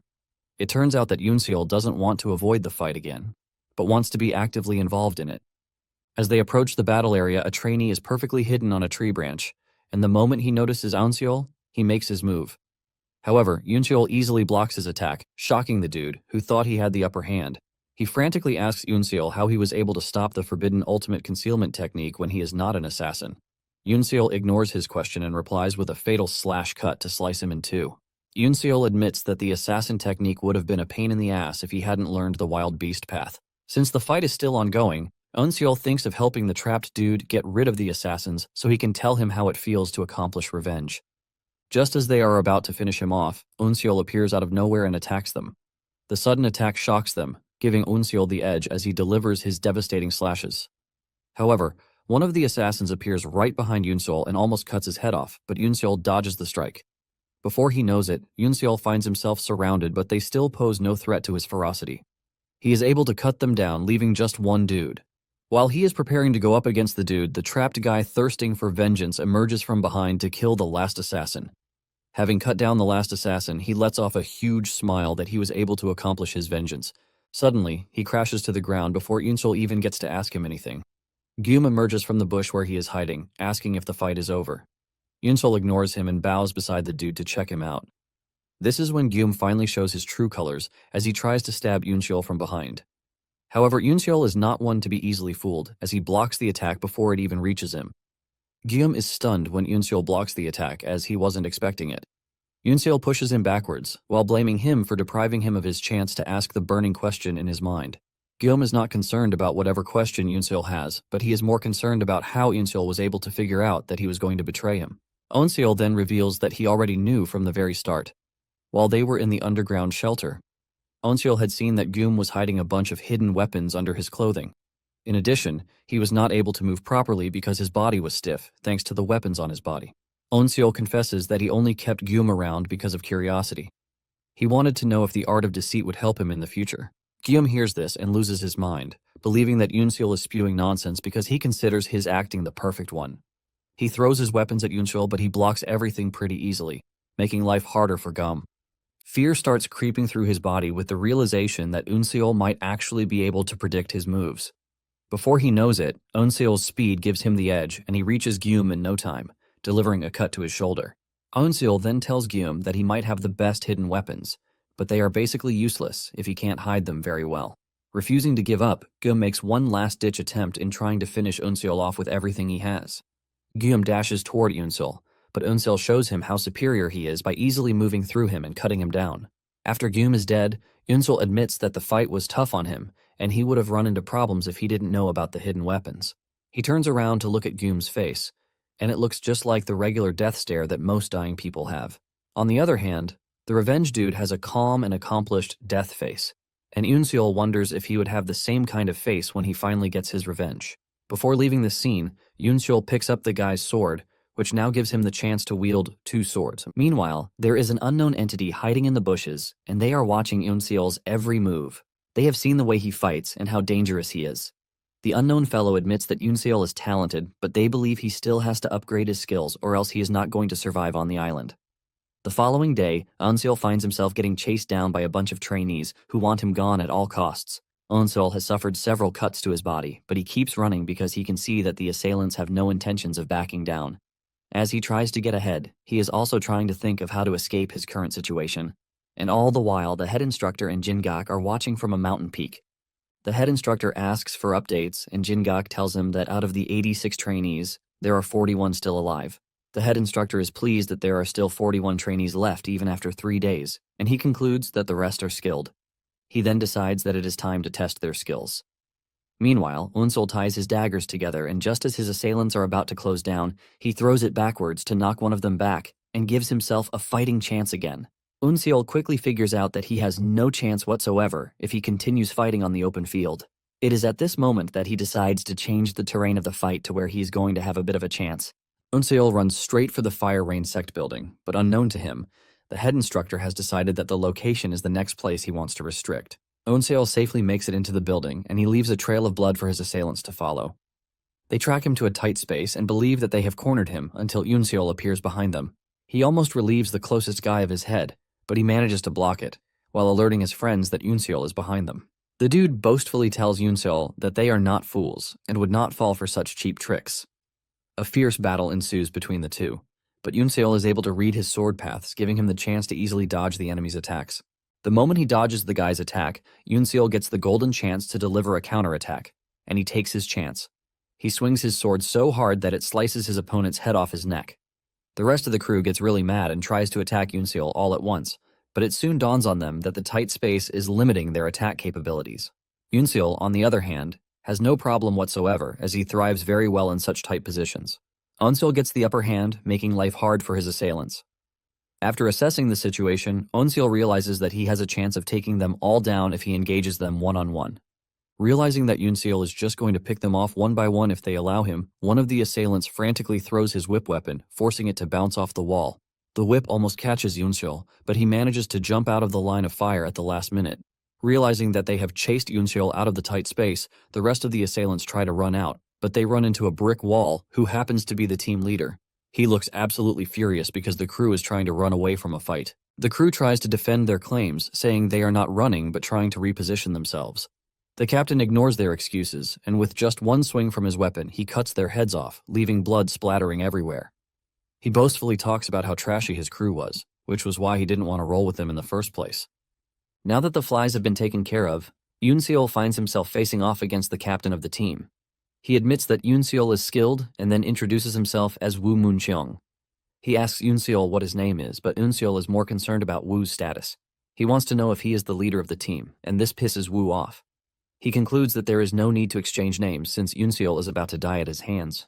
Woo swings his whip weapon at Yoon-seol to grab his sword, and before Yoon-seol can react, his weapon shatters right in his hand.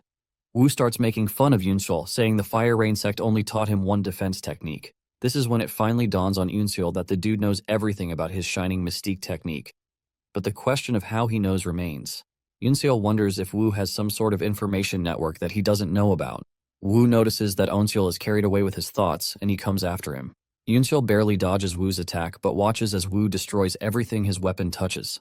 Yoon-seol figures out that fighting Woo in an enclosed space is basically useless, so he decides to run to the main hall. Yoon-seol arms himself with his second sword and then prepares to engage Woo, but another swing from Woo pushes him backwards. Woo emerges from the dark space, talking about how disappointed he is that Yoon-seol is not giving him enough fight. He swings his whip at Yoon-seol, and before he knows it, he finds himself trapped by the whip. Woo makes fun of Yoon-seol, telling him that it is almost over for him.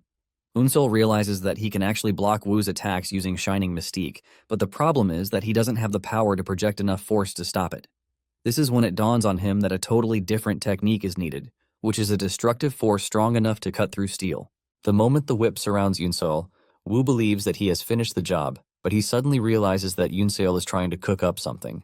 Even with this, he is not worried, since he believes that Yoon-seol is trying to use the Shining Mystique. His relaxed face turns into a horrified face when Yoon-seol bursts through the trapped space with a powerful force, accompanied by a golden aura. It turns out that he just used the unrivaled lightning and thunder technique that Xion taught him. Before Wu can react, Yunseal has reached him, thanks to the force he is coming with. In the blink of an eye, Yunseal moves through him, delivering a fatal cut through his body, which he only felt after Yunseal was done. All at once, his bodily functions cease to exist, and Wu crashes to the ground dead. After Wu is dead, Yunseal finally feels the effect of the skill he just used, causing him to cough up blood. Even though the skill is quite powerful and dependent, Yunseal realizes that he can't use it freely because it is way too advanced for his level. Nonetheless, he is glad that he won the fight, even though it might have taken up his time. He figures out that the restricted regions will soon change, and he needs to move quickly. Suddenly, he senses an ominous aura behind him, and when he turns around, he sees a killer demon staring down at him with all monstrosity. Fear creeps through Yunseal's body as he doesn't want to believe what his eyes are seeing. It starts to dawn on him that the restricted zones must have changed while he was busy fighting the group he just defeated. However, he starts wondering if he has a chance of leaving without a fight, since he didn't end up in the restricted zone because he was running away from combat. He slightly moves his foot while watching the killer demon, and when he doesn't react, Yunseal believes that he is in the clear. He assumes that the killer demon is giving him a pass, and he quickly makes use of it. He runs past the killer demon, but just as he is about to move past him, his wild beast senses kick in, and he sees his head flying off his body. Yunseal barely changes his trajectory to avoid getting beheaded. He almost pees his pants when he realizes that he couldn't even sense when the killer demon moved, and if not for his wild beast senses, he would have been dead meat.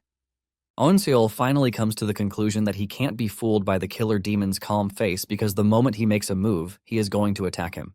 Yunseal then remembers what Sa Wu told him about carnivores and herbivores.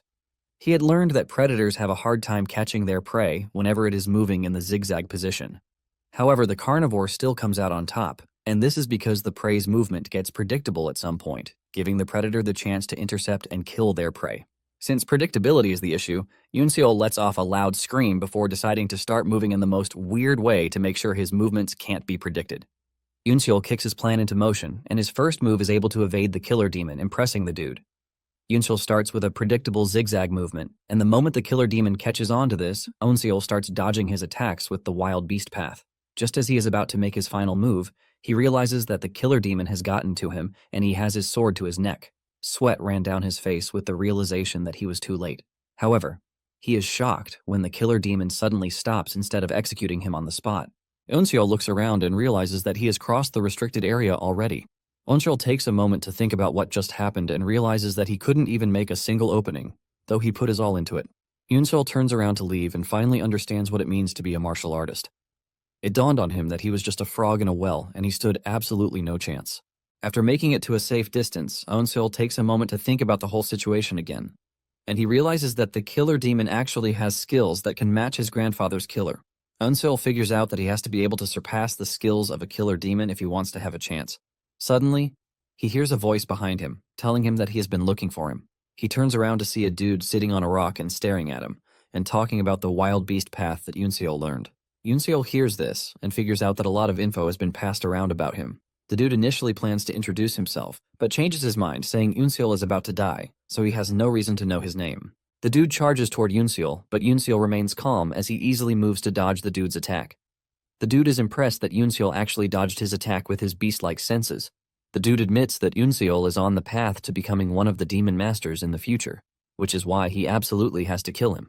The dude changes his attack trajectory, and with the way he is speaking, something important finally crosses Yunseal's mind. However, he quickly filters his mind of all distracting thoughts before he gets himself killed. He blocks the dude's attack, but the reverberation from the sword sends a peculiar sensation through Yunseal's body. After a few more moves, Yunseal finally confirms his suspicion.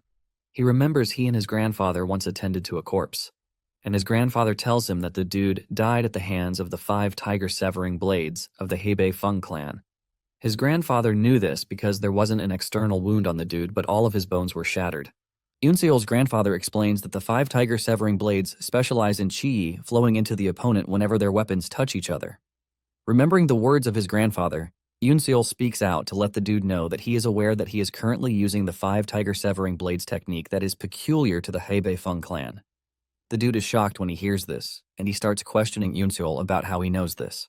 Apparently, one of the characteristics of the fighting form is the absorption technique, which is one of the basic techniques that uses Kui. It is just like a vortex that pulls everything into it, thus using this to mess with their opponent's weapon. While the opponent's weapon is twisted, they use the opportunity to fully take them down. Back then, Yunseol was blown away by how his grandfather explained everything, and he asked his grandfather if the Hebei Feng clan was the most powerful martial arts sect. His grandfather explained that the technique might be dangerous, but at the same time, it is bound to affect them too, since they are going to get close to their opponent. Remembering this, Unseol decides that he is going to use the technique against the opponent. Unseol dashes toward the Feng dude, and the guy finally prepares to engage Unseol, using the clan's way. Feng talks about how he plans to uproot all of the demon seedlings before they get the chance to become demon masters. Just as Unseol is about to reach him, he does something by plunging his sword into the ground. Feng thinks Unseol must be crazy, but he soon realizes that he is on the wrong side when Unseol dodges his attack and appears beside him. Unseol kicks him right in the stomach, causing him pain, while also pushing back. Unseol then returns to pick up his sword while smiling because his plan is clearly working. However, Unseol is not completely relying on what he just did because he could clearly see that it dealt little damage. He is not entirely worried since his opponent has been training for a long time, and he doesn't expect to just take him down with cheap tricks. However, he is now glad that he knows how to counter him. While remembering the words of the advanced chamber instructor, the man told him to let the opponent attack first before making his move in a split second. Feng soon makes his move, and instead of panicking and acting recklessly, Yunseol decides to go with the flow of the attack with the hope of changing the flow at the last second. Yunseol does exactly this and barely misses Feng's head. Feng's life flashes before his very eyes, and this is when he realizes that Yunseol is using his own technique to his advantage. Feng doesn't want to believe that this is possible because the energy-absorbing technique that he is using is strong enough to even pull a boulder from a long distance. Apparently, the technique is so strong that even expert swordsmen find it difficult to counter, which is why Feng doesn't want to believe that someone as young as Onseol has what it takes to counter him. Feng then tries another attack, and this time around, he makes the absorption stronger, but unknown to him, he is just going to make Unseol's sword faster. Unseol gets the edge, and just as he is about to cut Feng, Feng dodges the strike because he was already expecting it.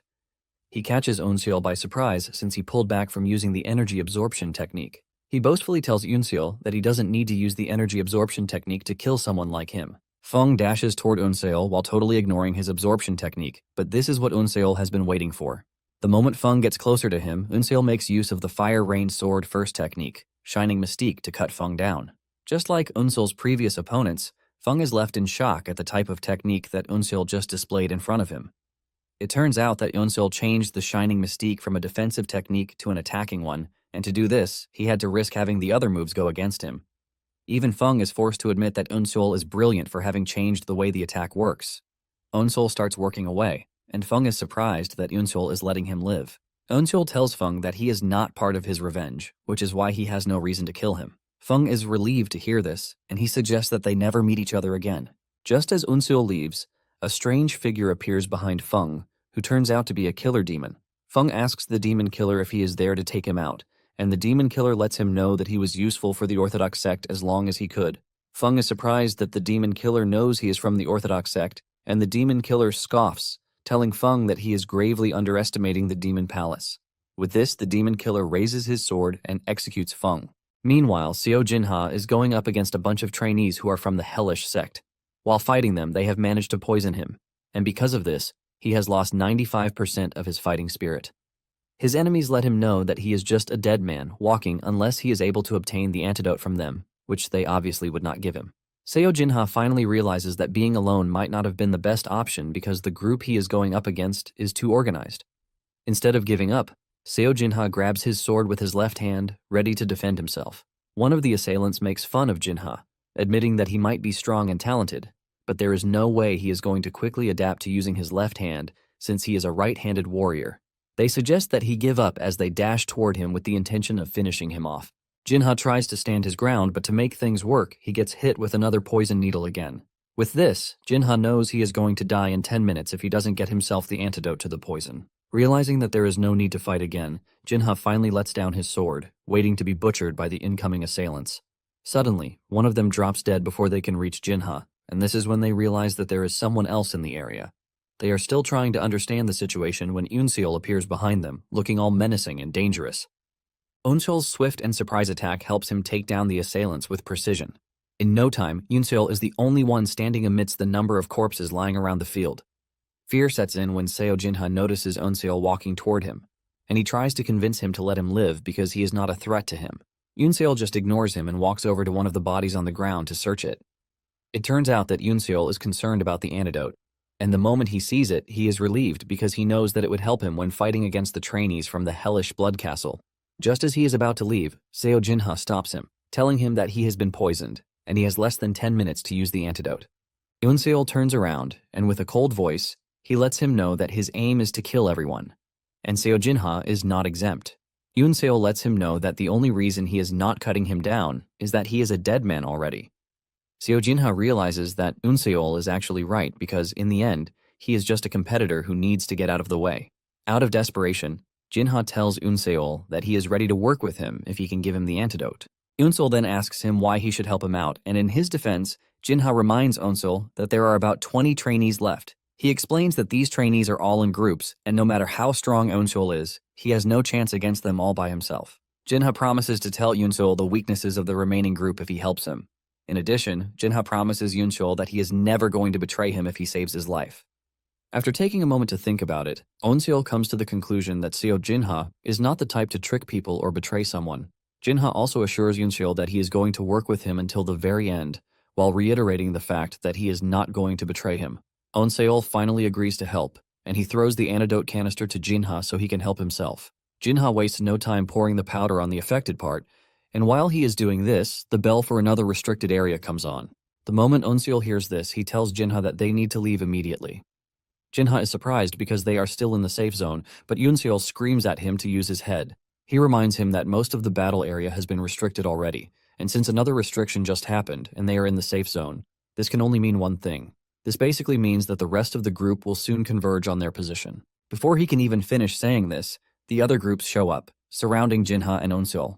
Without a doubt, Eunseol realizes that they are late already, and while assessing the group that just arrived, he notices that there is a certain dude among them who appears to be different from the rest.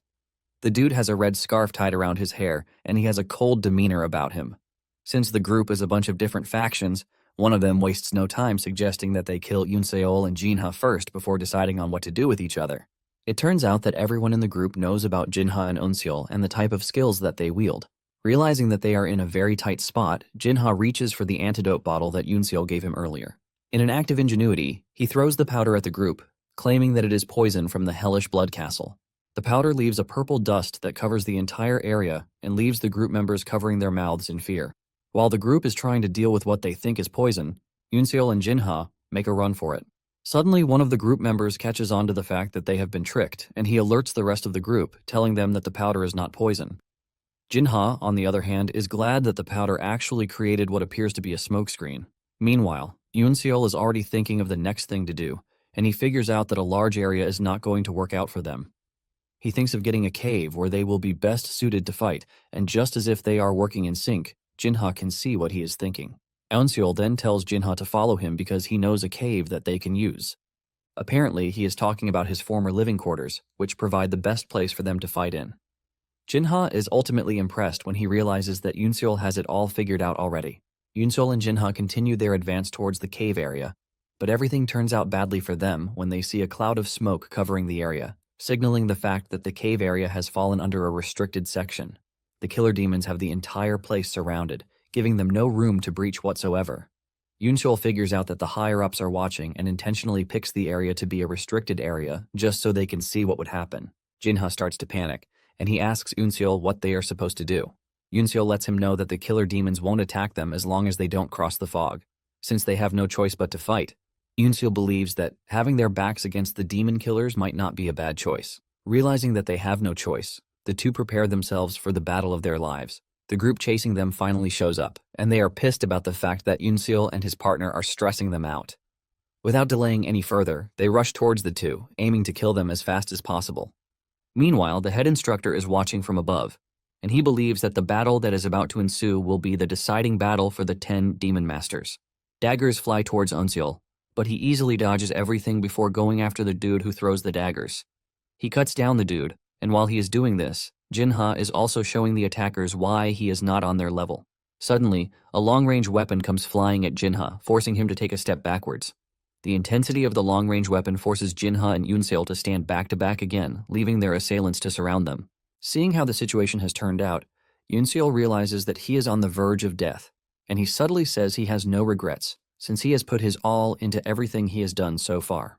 The moment Yoonseol hears this, he realizes that he and Jinha are on a completely different path because if he dies at that moment, he is going to be filled with the regret of not being able to avenge his grandfather. The reality that this might happen hits him really hard, and he loses every sense of fear and immediately locks in. Anseol switches positions from being the hunted to the hunter, and the first two who are running towards him have no idea what hit them. He cuts them down so fast that he is already onto his next target before Jinha even realizes that Anseol is no longer behind him. Anseol's technique changes as he slashes his opponents like tissue. The other trainees start panicking because they have never seen the type of technique that Yoonseol is wielding. Realizing how dangerous Yoonseol is, the target immediately shifts to him. They focus all of their attention on him, but at this point, all of Yoonseol's senses are on overdrive, especially his wild beast senses. He remembers every move Sawu did, and in that moment, he starts moving erratically. All the trainees can see are bodies flying left and right, while they can't seem to track Yoonseol's movements. Even the head instructor is shocked by what he is staring at, as he cannot believe that a trainee is moving just like a pro. Yoonseol is dealing blows left and right until an unexpected punch comes from nowhere, and Yoonseol only notices it at the last minute. He is able to block the punch with his sword, but failure to prepare ahead causes the punch to shatter his sword before throwing him into the distance. Jinha freaks out when he sees where Yoonseol landed, and he screams at him to stand up. Yoonseol is a bit disoriented from the punch, and by the time he comes back to his senses, he finds himself in the fog. His mouth opens in shock and dismay, and by the time he looks up, he sees a killer demon staring down at him, ready to decapitate him. To everyone's shock, the head instructor screams out an order at the last minute. The killer demon is about to grab Yoonseol when Sawu appears behind him and holds a sword to his neck to let him know that Yoonseol is spared.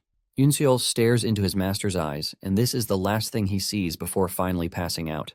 The head instructor screams at the top of his voice, demanding that they bring out the head physician to prevent Yoonseol from dying. Jin-gak tries telling the head instructor that it is wrong for him to suddenly pause the trial, but the head instructor assures Jin-gak that he is going to take full responsibility. Deep down, the head instructor is rejoicing that he has finally found the kind of jewel that he has been looking for. The head instructor is confident that Anseol will go ahead to become one of the 10 demon masters.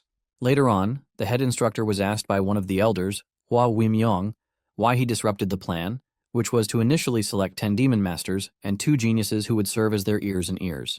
Apparently their plan was to select 12 trainees, but Anseol ended the trial with 14 trainees even when he knew he was going to be punished for it. The head instructor lets Hua know that he is fully prepared for whatever consequence that comes with his decision. Hua is worried about how the emissaries from the 10 demonic sects will take the news, but the head instructor assures Hua, telling him that the 10 executives would also see what he saw in Yoonseol. Sometime later, Yoonseol wakes up in a strange room with the smell of medicine everywhere. He immediately figures out that he is in the room where his wounds were treated. He assesses his body and realizes that his wounds are perfectly healed, and this includes all of his internal injuries. He is totally impressed by this because he wasn't expecting the physician from the Demon Palace to be so impressive. Once he gathers his strength, he gets on his feet and makes his way to the hallway where he meets an attendant who asks him to come along. He leads Anseol to the main hall, and Yoonseol is totally blown away by the incredible setting of the building. He asks the dude where they are, and he informs him that they are currently in the center of Hell Island. It dawns on Yoonseol that he hasn't seen the building before because it was in the restricted area. Once Yoonseol makes himself comfortable, the attendant asks him if he would like to order anything, and Yoonseol asks for 2 bowls of noodles. Moments later, the noodles arrived, and the reason he asked for noodles was that he had always enjoyed noodles with his grandfather. Just as he is about to start eating, Jinha shows up, teasing him about the 2 bowls of noodles in his presence. Not ready to be friends, Yoonseol asks Jinha what he wants, and Jinha takes a moment before thanking Yoonseol for saving his life. So Jinha admits that he would have died if not for Yoonseol saving his life. Yoonseol doesn't want to take credit for this, but Jinha explains to him that they were supposed to be 12 surviving trainees. However, the head instructor's decision to suddenly save him is why Jinha is also alive. Yoonseol is shocked to hear this, and he is even more shocked when he hears that he has been out for 4 days. Yoonseol thought he was just out for 1 day, and Jinha let him know that he was pretty lucky that the physician known as the Mad Physician was close by. Talking about the Mad Physician, he is considered the best physician, but after failing to cure his lover's illness, he became mentally unstable. Basically, he is considered a miracle worker who can save anyone as long as they are still breathing. Eunseol feels honored by the fact that he was saved by the said physician.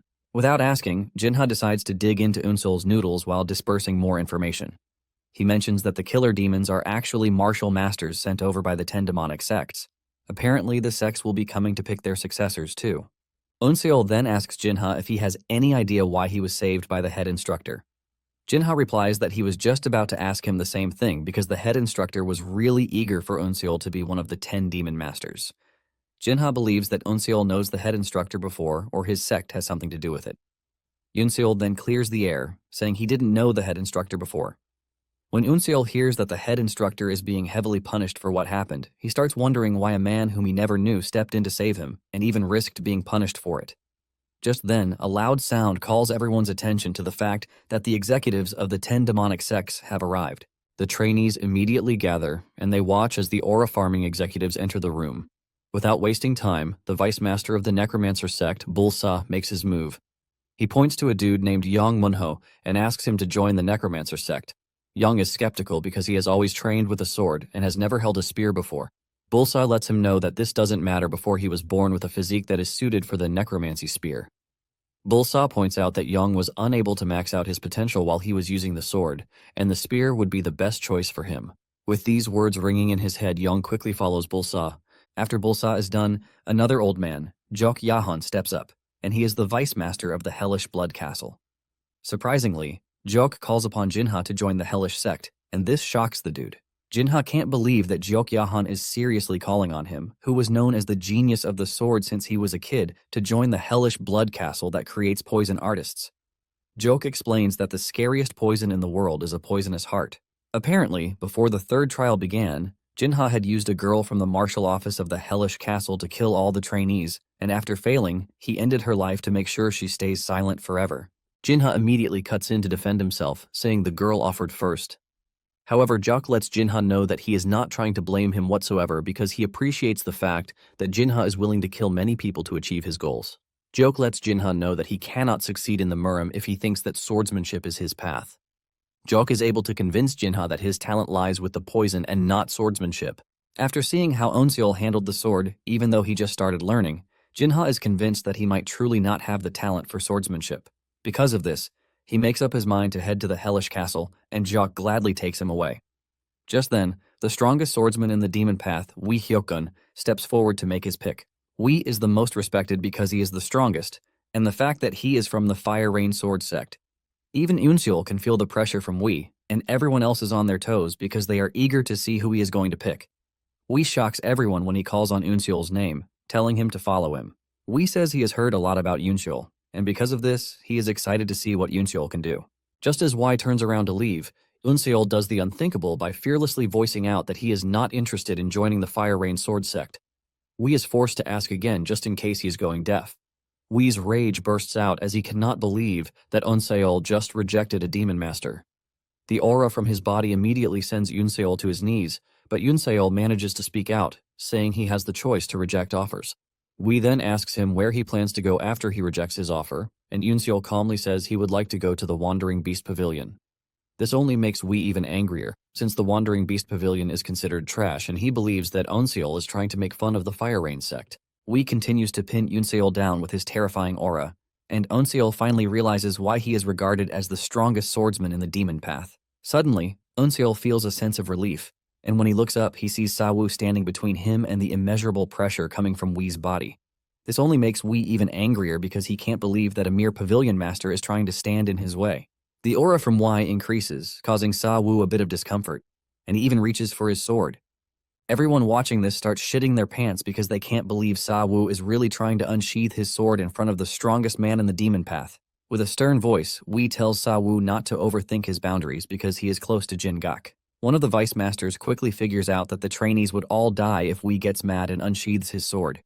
He figures out that it is his job to quickly step in and make sure that the situation is diffused.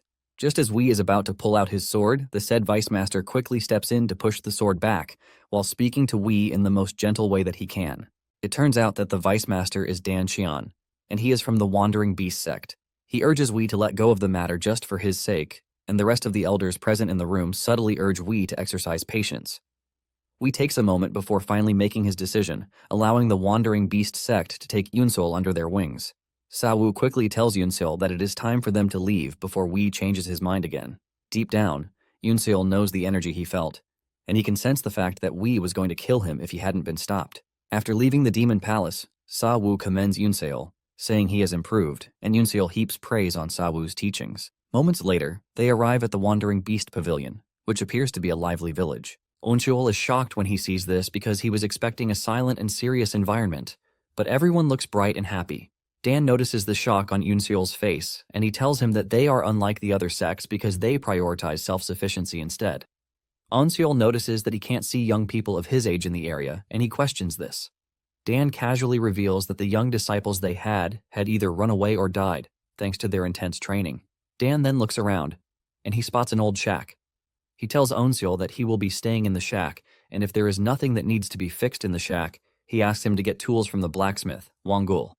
After telling Eunseol where he needs to be, Dan tells Sa-woo that it is time for them to leave. Eunseol is surprised that Sa-woo is leaving, and he asks him if he is not staying in the village. Dan then explains that Sa-woo is just a secret pavilion master who has no right or power to stand up against the sword demon. Because he did that to protect Eunseol, he is going to be punished for it. Eunseol is shocked to hear this, but Sa-woo urges him not to worry himself because it is nothing but a light punishment. Sa-woo livens the mood by slapping Eunseol on the back, telling him not to fool around while he is away. After Sa-woo is gone, Dan tells Eunseol that he cannot call himself a disciple of the Wandering Beast Pavilion yet. Dan says Eunseol might have become one of the 10 demon masters, but this doesn't mean he is officially a disciple of the Wandering Beast Pavilion. The reason for this is that they don't accept weaklings as disciples of the Beast Pavilion. Eunseol then asks Dan what is required to be strong, and Dan casually says yes. Dan reveals that the sect doesn't have any stressful formalities like the other sects. Dan says the sect doesn't enforce a sense of belonging or an oath because all that is needed is to learn martial arts and become stronger. By doing this, he will be acknowledged as a disciple, and Dan lets him know that everyone in the pavilion is his mentor. However, it is still up to the masters to teach Eunseol what they know or not. The next day, Eunseol starts climbing a very tall rock known as the Iron Peak. Dan had told him the day before to climb the rock because there was someone waiting at the top who was going to teach him the best internal energy cultivation techniques. After struggling so hard and sweating gallons, Eunseol finally makes it to the top of the mountain. He is blown away when he sees a man who appears to be a monk waiting for him. The aura from the bald-headed man alone is enough to send him tumbling back, but Eunseol maintains his cool. He introduces himself to the man and states his business to him, and the man asks him if he is not satisfied with the cultivation technique he has learned already. Eunseol is confused when he hears this, and the man reveals that there is true qi emanating from his body. The man says the qi is so much that it appears Eunseol has been gathering it since he was young. Eunseol quickly clears the air, saying he has lived as a mortician all his life and has never learned any cultivation technique. The moment the bald-headed Saitama hears this, he reveals that there are only two possibilities for what Eunseol just said. It's either that Eunseol is a liar or he learned it in his dreams. Desperate to clear himself, Eunseol tells the man that he is not lying and he is free to check if he is. The man is curious about this, and he asks Eunseol if he is free to destroy all of his true qi, to which Eunseol says yes. The bald-headed dude takes a look at Eunseol's body and he is shocked when he realizes that his body is brimming with true qi. But it is not circulating, which means he collected true qi into his lower dantian without having an energy technique. The bald-headed man doesn't think this phenomenon is possible, and he immediately grabs Eunseol closer, asking him fiercely who taught him how to collect true qi. Eunseol is confused by the question, forcing him to ask the bald-headed dude what he meant by this. The dude then asks him if anyone has ever taught him how to calm his mind or breathe in the past. Eunseol immediately mentions that his grandfather taught him a breathing technique before, and the man asks him to try it in his presence. Eunseol gets into position and starts doing the breathing technique, but the bald-headed dude is blown away when he sees this, because Eunseol is doing the technique while standing up. After he has seen enough, he tells Eunseol to stop and asks him again if his grandfather was the one who taught him. Eunseol confirms this, saying he taught him when he used to play dead with him, claiming that it was the best way to breathe in the coffin. The bald dude then tells Eunseol that the technique is not just for breathing, but it is also useful for collecting true qi in the dantian. It is basically a circulation and breathing practice, which is different from the internal energy techniques that would allow one to use the true qi in their body. The bald dude lets Eunseol know that there is already 10 years worth of internal energy in his body. The dude then asks Eunseol for his grandfather's name, and Eunseol reveals that it is Bujanyang. The moment he says this, the bald dude lets him know that there is only one person in the Murim with the name, and he was once called the strongest swordsman in the demon path. He was also the former vice master of the Demon Palace, but Yunseol doesn't want to believe this because there is no way someone as influential as him would become an Undertaker. The bald dude then mentions another peculiar detail, saying the breathing technique that Jianyang taught Yunseol is that of a Shaolin sect. This shocks Yunseol because this basically means the technique is from the Orthodox sect, leaving the huge question of whether his father was originally a martial master of the Orthodox sect. Fear creeps through Unseol's body because he knows that if the truth gets out, he is going to lose his title as a demon master in the best-case scenario, but would be killed in the worst-case scenario. The bald dude then urges Unseol not to fret because he doesn't doubt him. He's pretty sure the Demon Palace has done its background check on him, and since they didn't find anything, he is good to go. The bald dude then tells Unseol that he is going to teach him the breathing technique, since he made a promise to the Wandering Beast Pavilion. The bald dude lets Yunseol know that he doesn't really care if he learned orthodox or demonic martial arts. However, he lets him know that if he ever teaches someone else the technique he is about to show him, he is going to kill him and everyone close to him. Without hesitation, Unseol assures the bald dude that he is up for the task. Realizing that Yunseol is ready, the bald-headed dude introduces himself as Hyeol Gyumang. Hyeol asks Yunseol if he knows the difference between the orthodox and demonic internal energy cultivation techniques, and Yunseol says no. Hyeol explains that the orthodox Murim's internal energy cultivation techniques are natural ways to build internal energy in the human body, while the demonic path is hell-bent on using every method necessary to gather internal energy. This is basically why they have a bulk load of internal energy from the start, but the methods they use go against the nature of the human body. However, the orthodox Murim's martial masters end up being superior in the end, thanks to the true chi that they have gathered. Hyeol then reveals that the technique he is going to teach Unseol is out of the bounds of the demonic martial arts. He claims that the cultivation technique is the most excellent and miraculous out of all cultivation techniques. However, gaining such power comes with a price because the process of learning is excruciatingly painful. He mentions that he ate his fingers while he was learning the technique. Apparently, those who can endure such immeasurable pain can attain a body that is in complete sync with internal energy. Hyeol comes clean, revealing that he was once a martial master of the Azure Dragon Temple, but he was framed for murder and kicked out with his internal energy sealed. It was in the process of recovering the internal energy that he got help from the Wandering Beast Pavilion, and this is why he promised them that he would teach his internal energy cultivation technique as a way of repaying his debt. Since he would have failed his promise if can't teach Unseol the technique, Hyeol says he would have to test him first. Hyeol tells Unseol that he is going to use his true chi to pierce all 365 of his acupuncture points all at once. He wants to do this to clean his vessels and prepare them to learn the technique. Hyeol lets Unseol know that it is going to be painful, and he urges him to back out if he can't endure it. Unseol, being the stubborn brat that he is, assures Hyeol that he is up for the task. Since he is confident that he can go through with it, Hyeol unleashes his true chi into Unseol's body in an attempt to cleanse him. However, Hyeol is struck by something so shocking that he has never seen before. He is expecting Unseol to be shouting in pain because of how painful the process is, but to his surprise, Unseol is calm and quiet. This is when it dawns on Hyeol that there is no bad smell from any impurities coming out of Unseol's body, meaning Unseol doesn't have a drop of tainted energy in his vessels. Hyeol is so impressed that he excitedly yells out, telling Unseol that he is going to teach him his internal energy cultivation technique. 6 months later, Unseol has gone through severe changes that make him look totally different. He has bulked up and doesn't look like the frail kid that he once was. Hyeol picks up a boulder and hurls it at Unseol. Instead of moving or trying to smash the boulder, Unseol decides to aura farm, and his aura is so much that he shatters the boulder without making a move. Hyeol is impressed by this, and he concludes that Unseol has mastered the technique. Hyeol is blown away by the fact that Unseol was able to learn the technique in just 6 months. In this period, he has been able to disperse the true chi he had collected inside him after learning the circulation technique. Hyeol then suggests that they proceed to the next thing on their plate. Unseol gets into position to circulate his chi, and he is all thankful that Hyeol taught him everything because he was able to reach the first level in no time. Nonetheless, Unseol still thinks he is lagging behind because the circulation technique has 8 levels, and he wants to reach the second level before leaving the mountain. Powered by his immense determination, Unseol is able to break through to the next level, shocking Hyeol. Hyeol cannot believe that Unseol just broke through to the second level, which is the realm of untainted bone and muscle. This is a level that is meant for max toning of the bones and muscles. However, these sudden changes put so much pressure on the body, and just as expected, Unseol starts feeling the pain. Blood drips out of his mouth as he grits his teeth, determined to push through to the end. Hyeol quickly rushes behind Unseol to support him. He urges him to maintain a blank mind and focus on his goal. Hyul then notices that Yoonseol's body is unable to restrain the true chi because of the sudden changes, and with the way things are going, he is just going to end up with severe internal wounds. Without hesitation, Hyul concludes that he has to use his life force to help Yoonseol.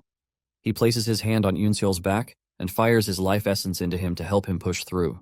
By the time Yoonseol is done, he realizes that his body is burning with so much energy, and when he turns around, he sees Hyul straining.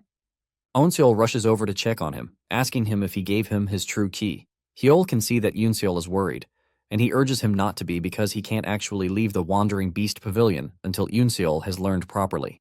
Yoonseol is shocked to hear this as he realizes that Hyul is actually a caring person, even though he tries to portray the face of a tough guy.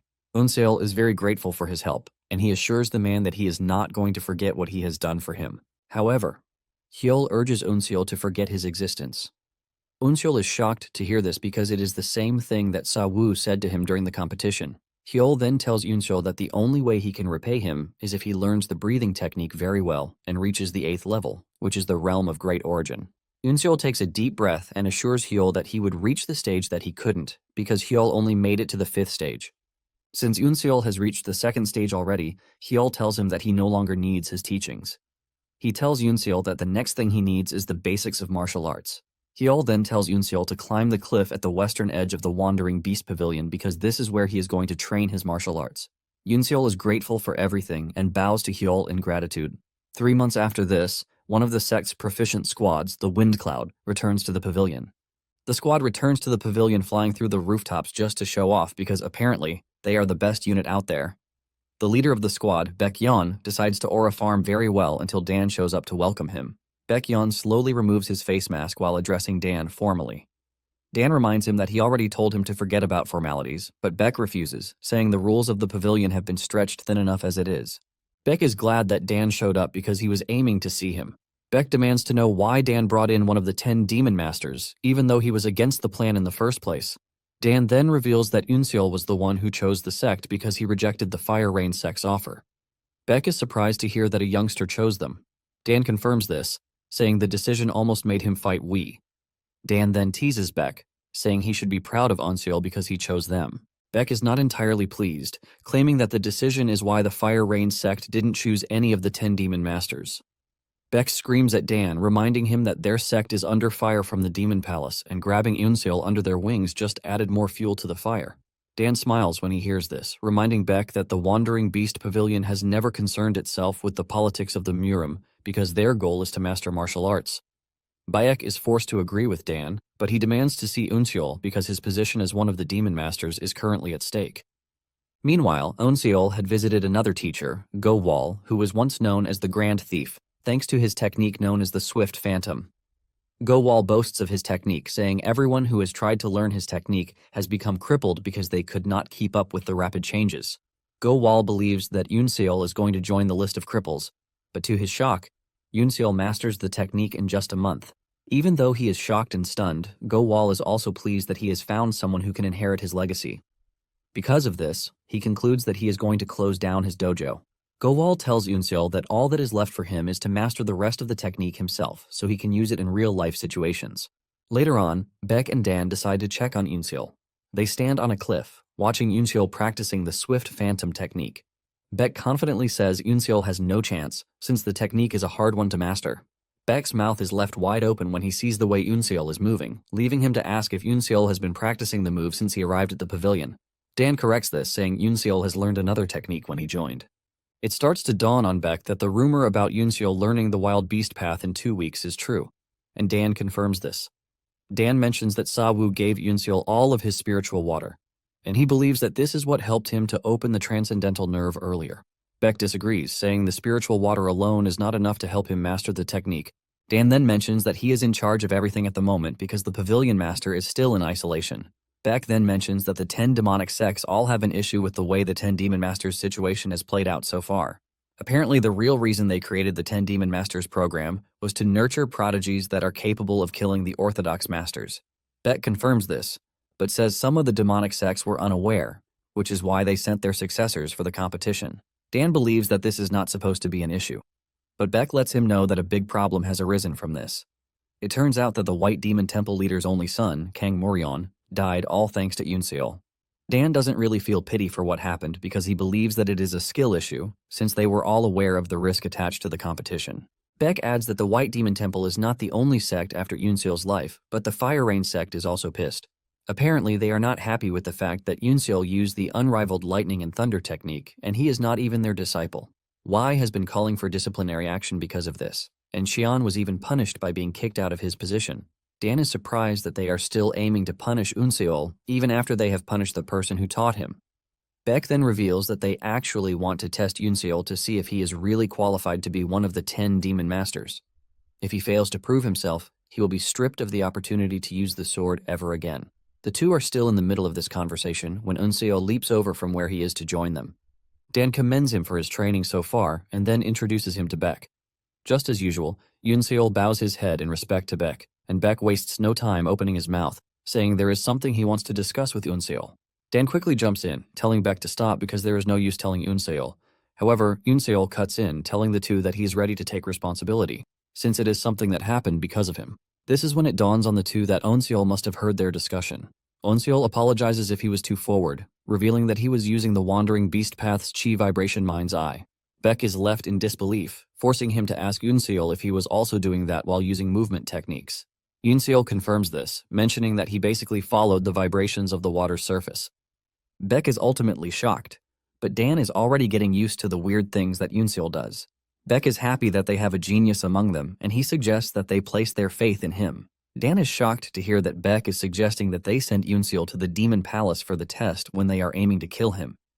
Beck argues, saying the Demon Palace only wants to help the White Demon Temple leader feel better, not to kill Yoonseol. This is basically why they chose the Demon Palace as the site for the test, not the White Demon Temple or the Fire Rain Sword sect. Beck lets Dan know that things would only get progressively worse if he rejects the request. The two are still arguing among themselves when Yoonseol cuts in, saying he is ready to go. Yoonseol says that since they are looking to improve their image, killing him would only make it worse. In addition, Yoonseol says he is a proud disciple of the Wandering Beast Pavilion, and he is not looking to avoid any fight that comes his way. Beck agrees with Yoonseol, telling Dan that this is the only way they can avoid getting bothered in the future. Dan finds himself backed into a corner, and he is forced to agree. However, he tells Yoonseol that if he manages to pass the test, he must make sure to get the aggrieved sex to promise to overlook what has happened in the past. With everyone in agreement, Yoonseol heads to the Demon Palace, and while entering the gate, he realizes that things have changed a lot compared to the first time he walked through the same gates. One of the attendants led him to the Grand Hall of the Demon Palace and informed him that he was going to be attended to by another person once he was inside the hall. Yoonseol stares directly into the Grand Hall of the Demon Palace, which is in charge of all administrative matters in the Demon Palace. It is basically the General Strategist's pavilion in the Murim Alliance, and it is where he is going to take the test to prove that he is worthy. Yoonseol steps into the hall, where he is introduced to the Grand Hall's master, Baek Jeoncheon. The moment Jeoncheon sets his eyes on Yoonseol, he compliments his ki because he has heard so much about it. Jeoncheon then asks Yoonseol if he is aware of why he had to come and the rift between the 10 demonic sects. Yoonseol is forced to ask the man if the Demon Palace and the 10 demonic sects are separate entities. When Yoonseol asks this, Jeoncheon realizes that the Wandering Beast Pavilion didn't explain the situation to Yoonseol. Jeoncheon then explains that the Demon Palace is a union of the demonic path sects, which comprises the 10 demonic sects. Although the two can't be separated, they still can't be considered as one entity. Jeoncheon says someone from one of the demonic sects is usually chosen to become the Demon Palace Master, but the former Palace Master wasn't. He then adds that not all of the demonic paths are on good terms with the Demon Palace. Yoonseol finally understands the situation, and this is the fact that the two entities are just cooperative, but there are loads of demonic path sects that hate the Demon Palace.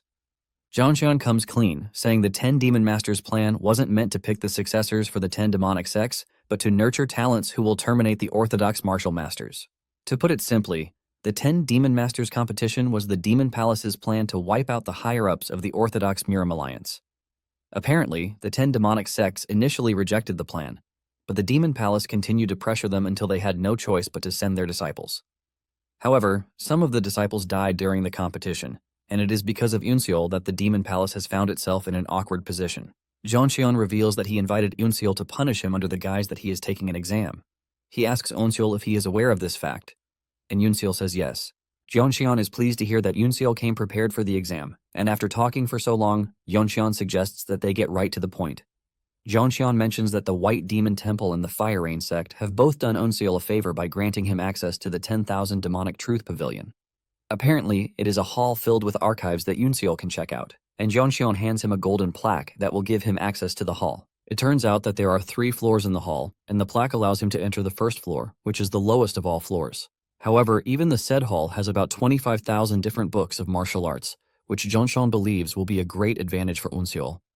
They are basically doing Unseal this favor because there is a very low chance of him passing the exam, so they are trying to make sure no one says anything bad about them. After telling him all of these, Zhongxian tells him that the exam is for him to endure 5 attacks from a martial master chosen specifically by the White Demon Temple. Zhongxian reveals that the head instructor actually let go of his position to make sure that Unseal went through in the competition.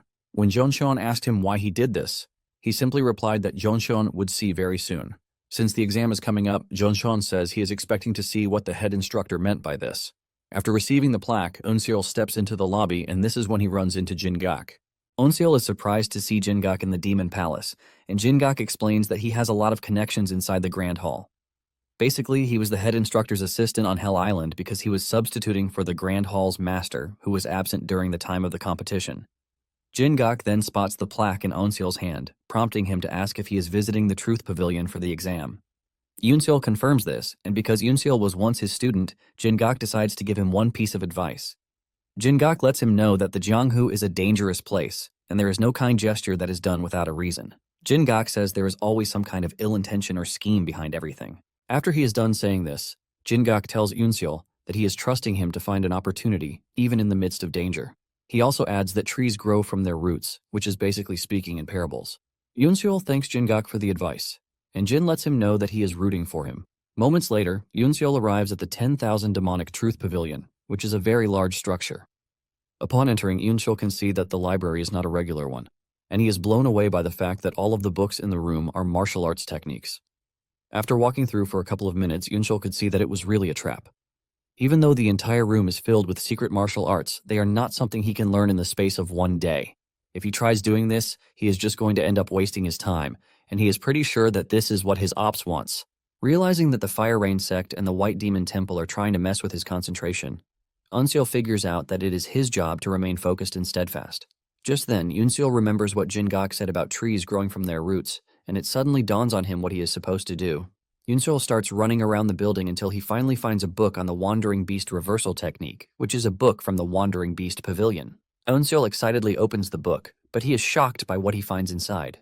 After his grace is finally over, the day of the exam finally arrives.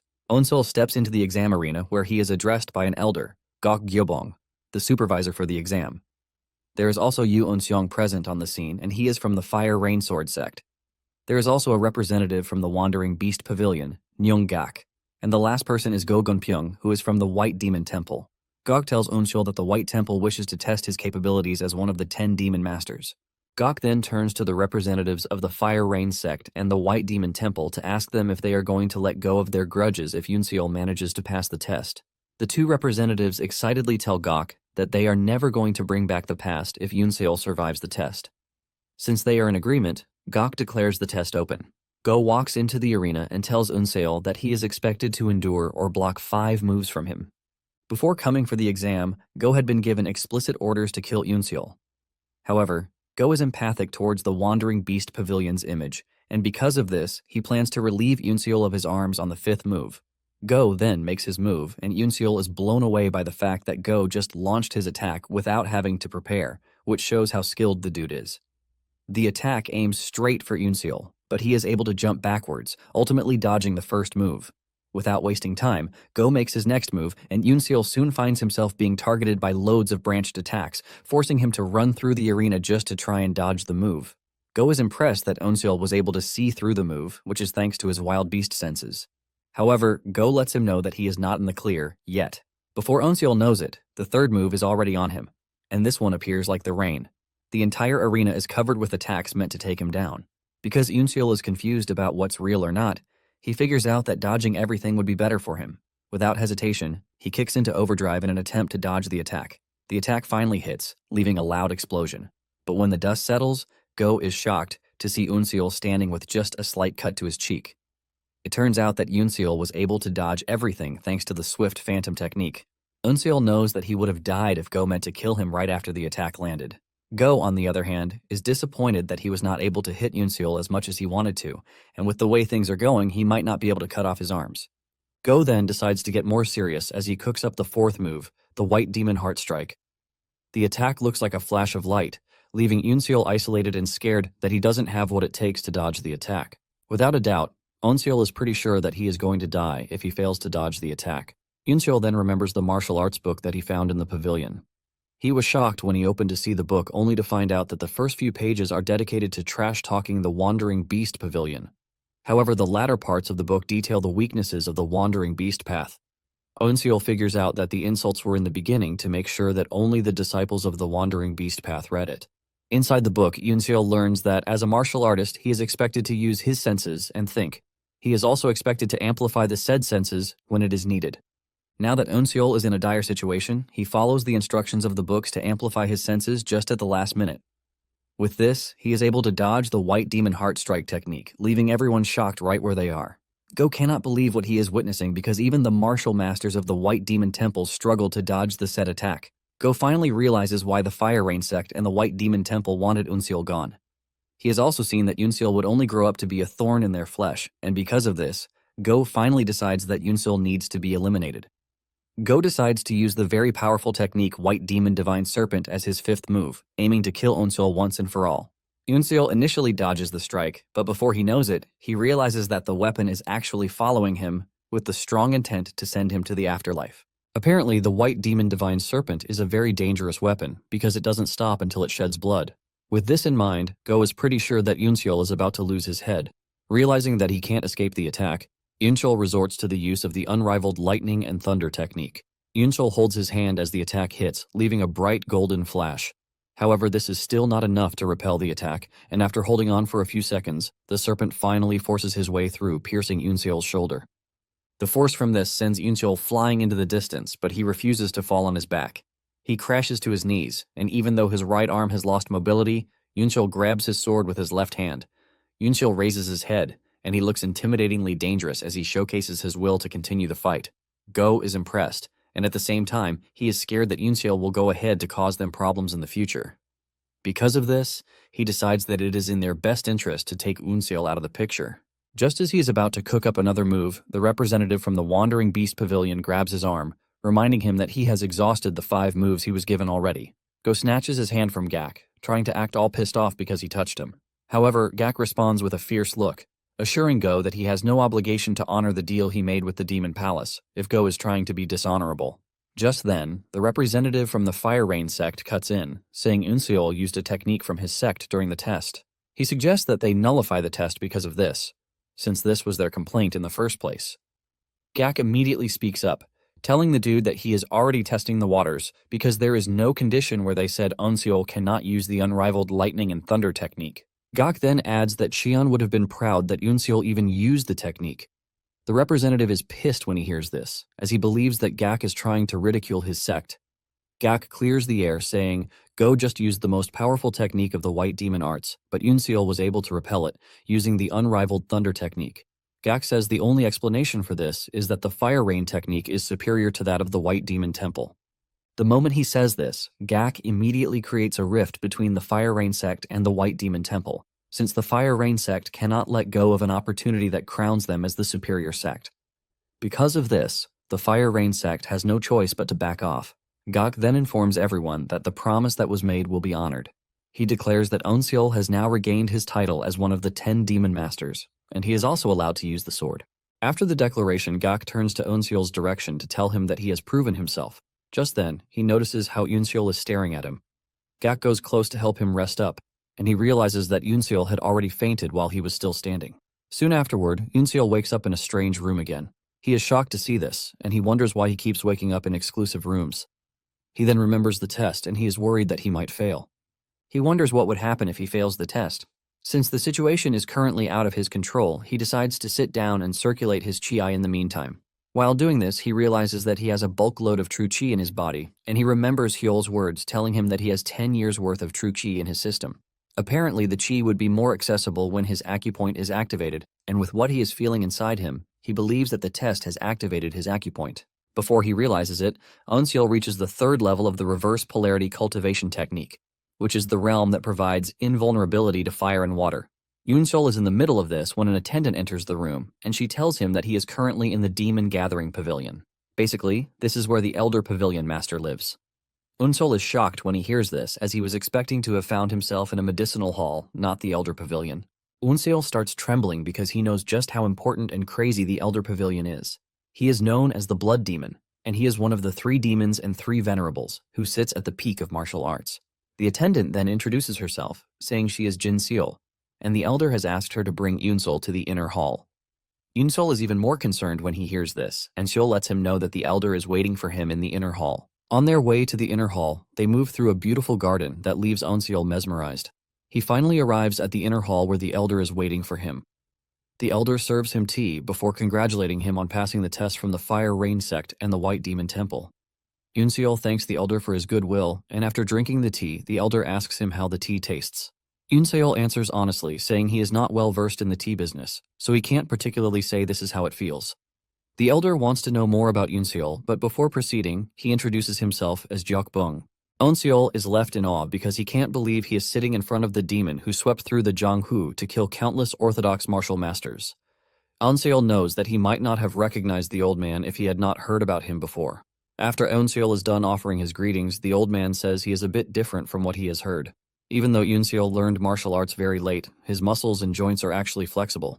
In addition, he has good inner energy, and Eunseol explains that his grandfather taught him how to breathe properly while growing up. Bung then tells Eunseol that he brought him to his quarters instead of the medicinal hall because he would like to speak with him in private. Bung then makes a very serious offer, telling Eunseol that he would like him to come to the Demon Palace after he is done training in the Wandering Beast Pavilion. Bung says the Wandering Beast Pavilion might be part of the demonic sects, but they have a system that doesn't align with the other sects. Bung lets Eunseol know that after 3 years of coming to the Demon Palace, Bung is going to meet with the Demon Palace Master to induct Eunseol as a member of the Dark Heaven Squad. This is a big offer because the Dark Heaven Squad is the most elite squad in the Demon Palace, alongside the Heaven Slaying Squad and the Soul Annihilation Squad. Bung says the moment he joins the Dark Heaven Squad, his journey to become one of the higher-ups in the Demon Palace is already set.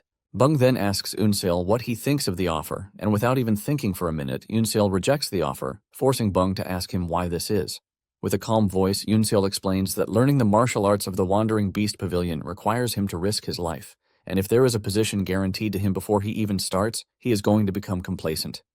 Bung hears this and bursts into laughter, saying he absolutely loves Eunseol's response. Bung mentions Eunseol has the type of attitude that a martial artist is supposed to have. Just from laughing alone, Bung is emitting such strong waves that Eunseol can feel his insides twisting. Bung then tells Eunseol that he will continue watching him because he wants to see how much he will grow in the next 3 years. Bung tells Eunseol that he is going to see him again in the next 3 years, and Eunseol quickly figures out that Bung is already dismissing him. Eunseol thanks Bung for his time and then leaves. After he is gone, one of the masters appears from behind, telling Bung that this is the first time he will see someone reject such an offer. Bung smiles, telling the master that they have to keep an eye on Eunseol to see which side he later chooses. After making it to a safe distance, Eunseol finally gets to breathe, and he realizes that he almost died just from being in the elder's presence. Eunseol knows that he would have been dead meat if he had made a stupid mistake when he was in the old man's presence. Eunseol is still battling with the repercussions of his meeting with the old man when someone taps him from behind, asking him if he is fine. This is when it finally dawns on Eunseol that he has made it into town already. He looks around to reel in the peaceful energy that has been missing in his life for a very long time. Eunseol realizes that he has gotten himself mixed up with a life he never thought he would. Suddenly, he realizes that he is being tailed, and his first instinct is to get himself a weapon. He proceeds to a weapons shop and tells the attendant that he wants a weapon that he can just use for practice. The man then points Eunseol to a bunch of weapons sitting in the corner, telling him to make his choice. Eunseol picks the one that suits him and then makes his way to a secluded area outside town. Once he figures out that he is where he can properly react, he tells whoever is following him to make themselves seen. Just then, a bunch of martial artists dressed as ninjas emerge from the bush, commending Eunseol for having such sharp senses. Eunseol soon finds himself surrounded, and the leader of the elimination team tells Eunseol that they are there to kill him before he finishes his training. Acting cool as ever, Eunseol tells the assassins that he doesn't know them, but he has no interest in killing them, so he urges them to leave. The assassins reply boldly, telling Yunseol that he is the one who is about to die. Since the assassins won't budge, Yunseol decides to speak the only language that they understand, which is violence. He unsheathes his sword, but the assassins still believe he has no chance against them. The assassins immediately get into formation, and Onseol finds himself surrounded with a plan to attack him at once. Onseol decides not to act rashly, and before he knows it, they are all over him, trying to get his head off his neck. Yunseol manages to block the first wave of attack, and he figures out that the assassins have a tight attack coordination without any rest in between. He easily figures out that the team has been working together for a long time, which is why their attacks are synchronized. Even though their teamwork is amazing, Yunseol has been able to deduce something thanks to the wild beast's senses. He realizes that they don't have a uniform skill set, and there are gaps between their skill sets. He believes that he can use this against them, and this is what he does without hesitation. Before they know it, he takes down one of them, shocking the assassins, who were not expecting Yunseol to figure out their attack pattern. Apparently, they are from the Wundang sect and believe that their pattern should be out of Yunseol's reach. The assassins start wondering if the Demon Palace has started teaching the demonic masters how to break the orthodox formations. Refusing to give up, the leader of the team screams out, telling his soldiers to assume the third formation. Unknown to them, Onseol is not tracking them with their formation or patterns, but the difference in their skills. They charge at him, but just like before, Onseol cuts down 2 dudes. At this point, the assassins start panicking because they don't expect Onseol to know greater sword techniques. Onseol then clears the air, telling them that he is not using martial arts against them. He lets them know that what they are looking at is his struggle to survive. Onseol adds that the assassins are losing because they were so confident that they were superior to him, but he, on the other hand, is fighting for his life at stake. The leader of the elimination team starts shaking because he has always had the feeling that they were the predator. But Onseol has changed things up. They have essentially become the prey while Onseol is now the one hunting them. Realizing that Onseol is the devil they don't want to mess with, one of the assassins suggests that they retreat and gather their strength. This makes his partner mad and he cuts him down, claiming that the dude is a coward with no honor. Onseol then asks the assassin leader if honor is more important to him than his own life. In his defense, he claims that they are not wielding the sword for personal glory like the demonic sect. He maintains the fact that they fight for honor, and this makes Onseol pretty mad. He remembers his father in the coffin, and he goes after the assassins harder than before. Onseol moved so fast that the assassin leader only saw him after he was done skewering him and his teammates. The assassin crashes to the ground and talks about how Onseol has become one of the demons. He starts saying trash like cursing Onseol in the afterlife, but Onseol doesn't care because they are the ones lying in the dirt, not him. Onseol is surprised that he is forced to kill people even after he has left Hell Island. This basically tells him that he is trapped in an environment of violence, and there is no escape for him. However, he is not worried because he considers this a price that he has to pay for walking the path of vengeance. Just then, a carriage arrives on the scene, and Beck steps out from inside the carriage, looking pleased by what he is staring at. Onseol is shocked by Beck's arrival, wondering how he was able to track him down, but Beck pats him on the shoulder, telling him that tracking him down was pretty easy. Beck then walks over to one of the bodies and immediately realizes that they have a big issue on their hands. However, he suggests that they return to the Wandering Beast Pavilion in the meantime. When they return home, Dan commends Onseol, telling him that he is proud of him because he already heard what happened. Dan believes that the test was difficult, and Onseol confirms this, saying he was treated at the Elder Pavilion Master's residence. Beck and Dan are shocked to hear this because meeting the Elder Pavilion Master is no joke. However, Dan finally realizes why the Fire Rain Sword sect and the White Demon Temple acknowledge the results without argument. Onseol is surprised to hear this, and he asks Dan if the Elder Pavilion Master's position is a big deal. Dan then explains to him that the Demon Palace has the Demon Palace Master, the Elder Pavilion, and the 10 demonic sects, thus splitting the power 3 ways.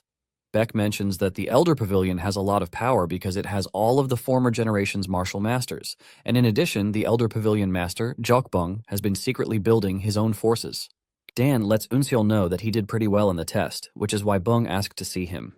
Onseol finally understands how big a deal the dude is. Dan then asks him if there is something else he wants to report, and Beck cuts in, telling Dan that there was an ambush. Dan hears this and immediately flares up in anger because he can't believe that someone tried to harm their disciple. Beck tells Dan that considering the weapons that they have, they are the General Strategist's subordinate squad. He believes that it is either the Autumn Wind Squad or the Flying Cloud Squad. Dan realizes that they were planning on blaming the General Strategist if things went wrong, but at the same time, Dan is not impressed that they are going after a child who just joined the Wandering Beast Pavilion. Beck tells Dan that it is possible that they are going after Onseol because there have been reports that he is a talented boy. Since they believe Eunseol will become a problem in the future, they figured out that it would be better if they killed him before he got stronger. Dan is surprised that Yoonseol hasn't even learned martial arts properly, but the 10 demonic sects, the Elder Pavilion, and even the Murim Alliance are now paying attention to him. Even though it is risky, Dan believes that this will help Yoonseol to grow stronger. Yoonseol then tells Dan that he has a request, and Dan tells him to come forward with his request. Yoonseol mentions that he heard that the Founding Divine Squad is a group that eliminates those who try to bring harm to the Wandering Beast Pavilion, and because of this, he would like to join them so he can learn martial arts through real experience. Beck is shocked when he hears this because the said group is full of the roughest and most aggressive people in the pavilion. Beck says the leader of the group, So Jeon, is known for being very bad-tempered. Beck claims that she has killed disciples of the Wandering Beast Pavilion whom she deemed unworthy, under the guise of testing them. Surprisingly, Yoonseol tells them that he doesn't mind because even if he dies, it basically means he is not good enough. Yoonseol tells them that he would like to take the rough route so he can grow as fast as possible. He mentions that he wants to experience real battles and watch martial masters fight in real situations. Beck doesn't want this, but surprisingly Dan is ready to follow Eunseol's suggestion. He tells Beck that he would like to trust Eunseol because it appears that he is very confident. Apparently, the next mission for the squad is the Wind Thunder Valley, and Dan believes that it would be the perfect mission for Eunseol as a temporary member. Beck still wants to argue about this, but he decides to lay off since Dan is not ready to change his mind. He reluctantly tells Dan that he is going to tell Jeon about the decision. Later on, Beck meets Jeon at the Thousand Success Inn to tell her Dan's decision to add Eunseol to her team. She is shocked to hear this, and she immediately rejects the proposal, saying she is not a babysitter. Beck tells the lady that the decision is a direct order from the Vice Pavilion Master, and Jeon decides to meet Dan to reject the decision right to his face. However, Beck whips out a plaque, which is the Heavenly Wolf plaque, a symbol of the Vice Pavilion Master. Without a doubt, Jeon already knows what this means, and she frustratingly smacks the table. Beck tells Jeon that she has the wrong idea about Yoonseol because he is a talented kid who overcame the Fire Rain Sword Sect and the White Demon Temple's test. Even with Beck's confidence, Jeon still thinks that Beck and Dan have it all wrong. However, she decides that she is going to take Yoonseol only because she wants to test him to see if he is worthy of becoming a disciple of the Wandering Beast Pavilion. Talking about the Wind Thunder Valley, they are a sect born from heresy, and their own way of life is training martial arts through body modification and strength physique arts.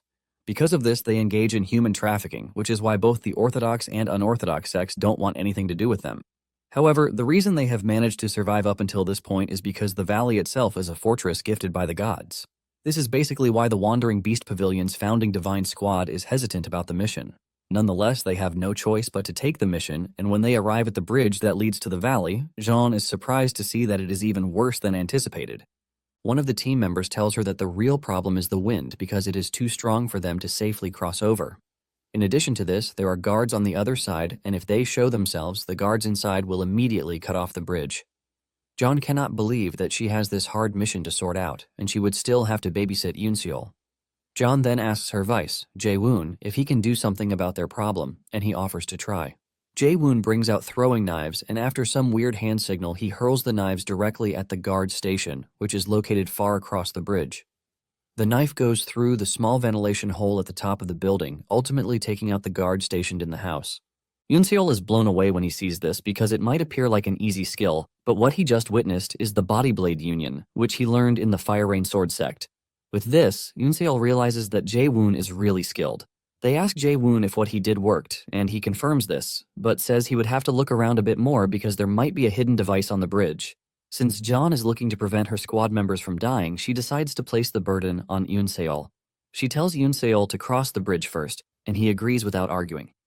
As he steps closer to the bridge, Yoonseol realizes that the wind activity is really strong, and this would prevent him from maintaining balance. He figures out that he would have to use the absorption technique to plant his feet on the bridge. Eunseol starts with this, impressing Jae-woon and the other members, but Jeon doesn't see anything impressive in what Yoonseol is doing because she doesn't want to. Suddenly, they hear a terrifying sound, and this is the sound of a trap activating. A device installed at the other end of the bridge suddenly unleashed projectiles at Yoonseol, putting him in a precarious position. Using a cool head, Yoonseol leaps into the air to dodge the projectiles, and he does something even more amazing by jumping higher while he is already in the air, pushing himself upward with one leg acting as a springboard. Jae-woon is shocked when he sees this because what Yoonseol just used is a Qinggong technique where one hits the top of their foot to jump once more in the air. Jae-woon didn't believe that Yoonseol would do this to be able to avoid the trap. However, it doesn't appear that Yoon-seol will be able to dodge the next attack that is coming for him, and the squad members already believe that he is done for.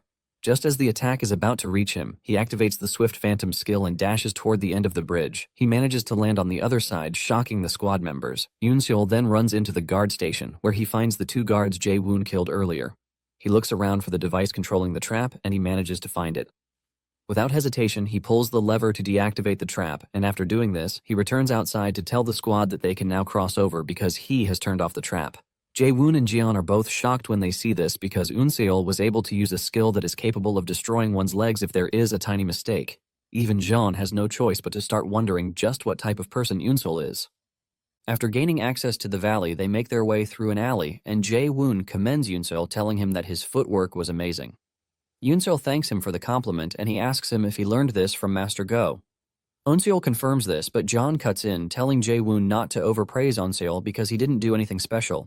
Jae-woon urges Yoon-seol not to mind Jeon because she is just like that. Unknown to them, Jeon was actually surprised by how Eun-seol navigated his way through danger earlier, but she doesn't think this is enough for him to pass her test just yet. Deep down, Jeon is hell-bent on proving that Eun-seol is trash. Moments later, they arrive at a lake, and Jeon is the first to dive in without any explanation. Eun-seol is utterly confused when he sees this, forcing him to ask one of the squad members what it is that they are doing. It then dawns on the dude that Yoon-seol didn't get the memo because he joined the mission at the last minute. The dude explains that the lake is connected to the Wind Thunder Valley, and if they dive in and go out through the tunnel, they are going to reach their destination. However, the lake is filled with ice properties, and because of how dangerous the freezing nature is, one must always use their internal energy for about 15 minutes to protect the body from the cold. He lets him know that failure to do this means immediate freezing and ultimately sinking to the bottom of the lake. The dude tells Yoon-seol that he is free to wait for them right there because the kind of technique to keep his body active in the water might be impossible for his age. He continues by saying merely attempting is wishing for death, but Eun-seol cuts in, telling him that he doesn't have to worry himself. Eun-seol doesn't mind doing this because this is why he came on the mission in the first place. Without hesitation, he takes a deep breath and dives into the water. To his surprise, there are so many ice crystals sitting in the lake, and he finally understands what the dude is talking about. He then notices that something is quite off because the others are struggling, and this might be a sign that the ice crystals have some sort of effect. Eun-seol is surprised that he is not using his internal energy, but at the same time, he is not even feeling cold. It then dawns on Yoon-seol that he might not be feeling anything because he recently reached the realm of invulnerability to fire and water. Yoon-seol admits that he didn't really think too much about the skill when he obtained it, but it is already coming in clutch. Eun-seol pushes through the cold water, and when he emerges on the other side, he finds the squad sitting and circulating their ki. Eun-seol, on the other hand, felt nothing, and he just walked up to them normally, shocking the squad. What is going through their minds is how Yoon-seol was able to pull through without feeling anything. Even Jeon cannot believe that Yoon-seol doesn't need any ki circulation because his internal energy is very stable, and she starts to realize that Dan might have sent Yoon-seol to them for a reason. Nonetheless, Jeon can't wait to see what Yoon-seol has in him because the real test is just about to begin. Once everyone has recovered, Jeon tells them that it is time to go. She motivates the team, telling them that their target is right in front of them and it is time to show them the power of the founding Divine Squad. The squad reacts to this pretty well, and moments later, a battle ensues between the squad and the enemy. The enemies have their shirts off as if they were maniacs, and dark veins run through their bodies, making them look even scarier. One of the enemies lunges at Eun-seol, trying to get his sword off his hands, but Eun-seol fights back, cutting the dude on the chest. The dude screams in pain but suddenly gets back into a fighting position with a smile on his face. He angrily swings his fist at Yoon-seol, forcing him to dodge. It turns out that the enemies are called the Power-Seizing Demon, and they are basically a product of drugs and physical enhancements. They basically can't feel pain, and no matter how injured they are, they just keep attacking. This leaves Eun-seol wondering how he is supposed to fight someone like this. Jeon soon notices that Yoon-seol is confused about what to do, and she screams at him to stay in the rear because he is getting in the way. Eun-seol follows her orders, and while staying behind, he sees just how powerful and ruthless she is in taking down the enemies.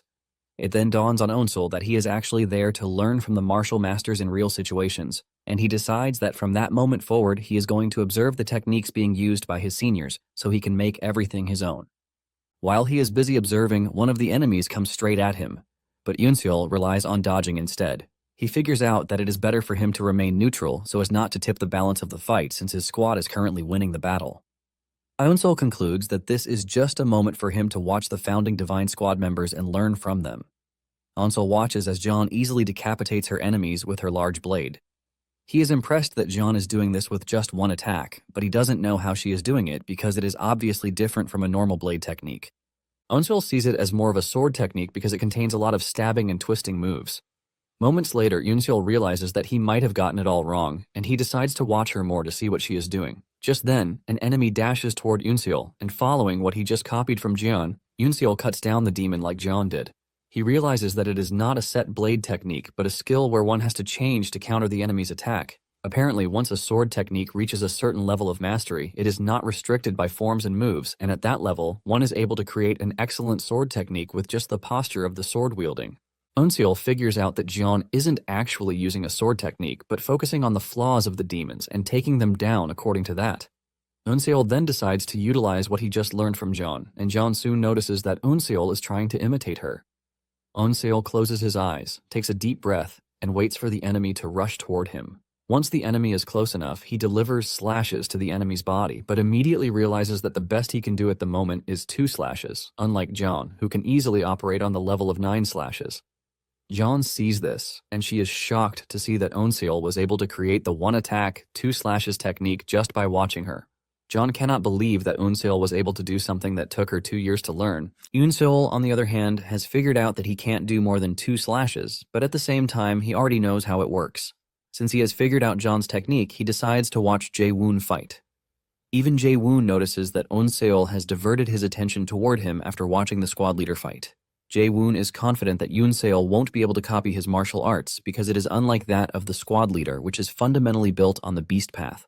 Jae-woon is confident that he has nothing to worry about because he uses flying daggers, and there is no way Eunseol is copying this just by watching him for a bit. To show off a bit, Jae-woon takes on multiple enemies and systematically cuts them into bits just to show Eunseol that he doesn't have what it takes to copy his martial arts. Suddenly he turns around to see Eunseol taking down enemies, using the same style he just displayed. Instead of holding flying daggers in the other hand, Eunseol holds a wooden sword, and it turns out that the dual-wielding mind art allows one to use different martial arts with each hand. Jae-woon is totally blown away because most people would focus on the fact that he uses flying daggers. But Eunseol didn't restrict himself to the weapons Jae-woon is using, and he basically saw through Jae-woon's martial arts. On the other hand, Eunseol is not entirely pleased with himself because he can't ultimately use Jae-woon's skill to the fullest since the force is not there. Eunseol concludes that he can't learn Jae-woon's technique really fast, and if it weren't for the texts he read in the archive, he would not have been able to copy the little he did. Since he is done with the squad leader and her vice, Eunseol changes his attention to another squad member. He watches the dude for a moment, and he realizes that the dude's blade is outputting so much force for just a simple move. Eunseol concludes that just watching it won't help him understand the technique, which is why he has to take another route. Eunseol then walks to the corpse of the enemy the guy just defeated to feel it, leaving the squad member to wonder what Eunseol is doing in the midst of battle. Moments later, Eunseol lets off an evil smile because he has figured out what he wants to, and just then, an enemy appears behind him. The dude believes that Eunseol is an easy target because he is not watching, but this turns out to be the dude's mistake as Eunseol pushes his sword into the dude's head before casually cutting the dude up like it is nothing. Eunseol figures out that whenever the dude makes contact with the enemy, he actually imbues his sword with true chi to maximize the force. With this, Eunseol believes that he has already watched those he wants to, and just then, the leader of the enemy squad shows up in a grand manner, threatening to wipe out Jeon and her squad. The dude hurls a purplish projectile at them, which turns out to be poison. Upon coming into contact with some of the squad members, they get affected, but Jeon quickly takes control as she charges toward the enemy while cutting down his poisons. In return, Jeon's slashes hit his body, forcing him to raise his hands to block them. From the corner of her eyes, Jeon realizes that Eunseol is still watching her, which is what he has been doing since the start of the battle. Jeon admits that she didn't want to acknowledge how impressive Eunseol is because he just started learning martial arts, and she was not ready to see past that. However, Jeon doesn't think she can continue with this, and with a smile on her face, she has no choice but to agree that Eunseol is impressive. When the enemy leader sees this, he gets pissed off because he can't believe that Jeon is seriously fighting him while smiling at the same time. The dude angrily hurls a more potent poison at Jeon, but Jeon easily blocks the attack halfway, dispersing it before it even has the chance to get to her. Jeon's sword reaches the dude's palm, and she delivers a powerful force into his body through his hand. The force is so much that it shatters every organ in his body, and he dies in that instant. Jeon casually tells her squad members to finish off the rest, since she was the one who took down the enemy leader. A week after they returned to the pavilion, Eunseol was left baffled. He figures out that he has been focused on learning martial arts without knowing the fundamentals. Eunseol knows that he recently reached a higher realm in his cultivation technique, but he wants to prepare properly before reaching the next realm. Because of this, he heads over to the mountain to see Hyul. Hyul is happy to see the boy, and he lets him know that he heard all about what he accomplished, but Eunseol gives him all the credit for what he's done so far. Hyul then asks him if he is there because he wants to know more about cultivation, and Eunseol is shocked that the man already knows this without him even saying anything. Hyul tells him that he doesn't have the basics, so it is normal for him to hit a wall, but he didn't know that it would take him this early to do so. Hyul lets off a big smile like a proud father. Hyul then decides to check Eunseol's internal energy, and he realizes that he has more than 60 years worth of internal energy. He lets him know that the pure true qi he has cultivated through his childhood has been converted to antipolar true qi, thanks to the cultivation of his dormant vessels. Since Eunseol is curious about martial arts standards, Hyul decides to explain them to him. He tells him that the peak realm is one above the first rate, where the body and internal energy have reached their maximum capacity. Apparently, going past that point and reaching the pinnacle of the martial arts that Eunseol has learned is the supreme peak. However, after this is called the ultimate divine realm, and once one reaches this realm, they are able to freely control both their body and spirit. In addition, one can also escape the restraints of internal energy and the limits of the human body. Eunseol then asks if there is something else above this, and Hyul says yes. He mentions that reaching the peak of martial arts and achieving perfection is what they call the infinite realm. Apparently, only the Miram Alliance leader and the Demon Palace master are the famous ones known to have reached the said realm. Eunseol is blown away to hear that the two dudes who rule over the Miram are also the pinnacle of power. Hyul explains that below these two are the 3 demons and the 3 venerables, then the 4 divines and 7 kings. Basically, all of them have reached the infinite realm. Upon hearing this, Eunseol realizes that he still has a lot to learn, and Hyul lets him know that there is still one realm, which is the highest realm, called the Divine Intent Realm. This is a realm where the martial artist becomes one with the beings of origin and knows the will of the heavens. It is basically a realm that no one has ever reached. Hyul tells Eunseol that what he just told him is currently out of his reach because, at the moment, he is at the beginning stage of the peak realm. Hyul lets him know that since he has reached the 3rd realm of the reverse polarity cultivation technique, he will be able to produce body-protective true qi once he reaches the 4th realm. Hyul tells him that once he is able to do this, he has reached the supreme peak realm, and once he reaches the 5th realm, he will be able to give shape to his internal energy. However, after this, once he reaches the 6th realm, his internal energy will endlessly circulate through his body, and in the 7th realm, he will have escaped the restraints of his body. Hyul tells him that in the last realm, which is the 8th realm, he will obtain the power of great nature to have the authority to intervene in all living things. This sounds confusing to Eunseol, and Hyul admits that he doesn't have the knowledge to fully explain it because he only managed to reach the later stages of the 5th realm. However, since Eunseol is curious about this, Hyul believes that Eunseol is finally ready to debut into the Jianghu. Eunseol is shocked that Hyul knows this too, and Hyul tells him that he figured this out, since there is no way Eunseol will be asking him if that wasn't the case. Eunseol confirms this, saying he has learned that the real battles are how he can become stronger the fastest, which is why he wants to go to the Jianghu. It is basically more sensible to roam the Jianghu if he wants to get information on the dude who killed his father rather than stay in the Demon Palace. Since he is heading out to the Jianghu, Hyul tells him that he is going to need information, and he urges him to find Wang, as he is going to tell him everything he needs to know. Eunseol bows to the man, thanking him for his help, and Hyul lets him know that the Jianghu is dangerous, so he should be careful. With a smile on his face, Eunseol tells Hyul to take care of himself. Moments later, Eunseol arrives at the blacksmith shop to meet Wang Gul. Wang then hands him a book, and Eunseol asks what it is. Wang replies that the book contains what he would like to know, and when he opens it, Eunseol is shocked to find out that it contains the Jianghu's political situation and the information on each sect and their clan's traits. There is even intelligence on the renowned martial masters, and there is detailed information about the 10 demon masters. Eunseol is totally blown away because what he is holding in his hand is too detailed for an ordinary blacksmith to know, which leaves him wondering how Wang knows all he does.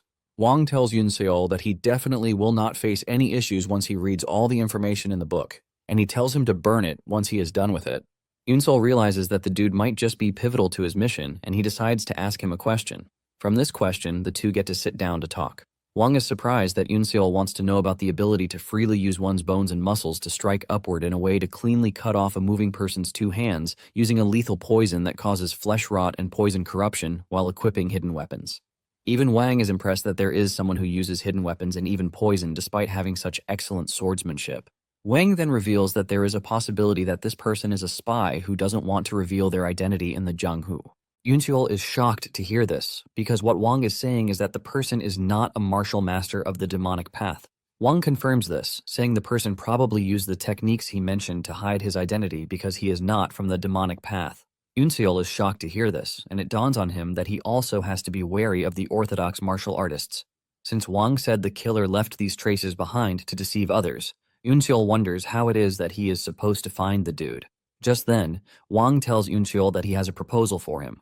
The two end up talking a bit more, and in the end, Yunseol heads over to Dan's office to tell him that he would like to go out to the Jianghu. Dan is surprised to hear this, asking him if the experience he had with the founding Divine Squad was not enough. Yunseol tells Dan that the experience he gained from the Divine Squad was valuable, but he believes that he needs more real-life situations in order to become better in his martial arts. Dan assures Yunseol that he understands his drive, but at the same time he can't just let Yunseol out because he is the Vice Master.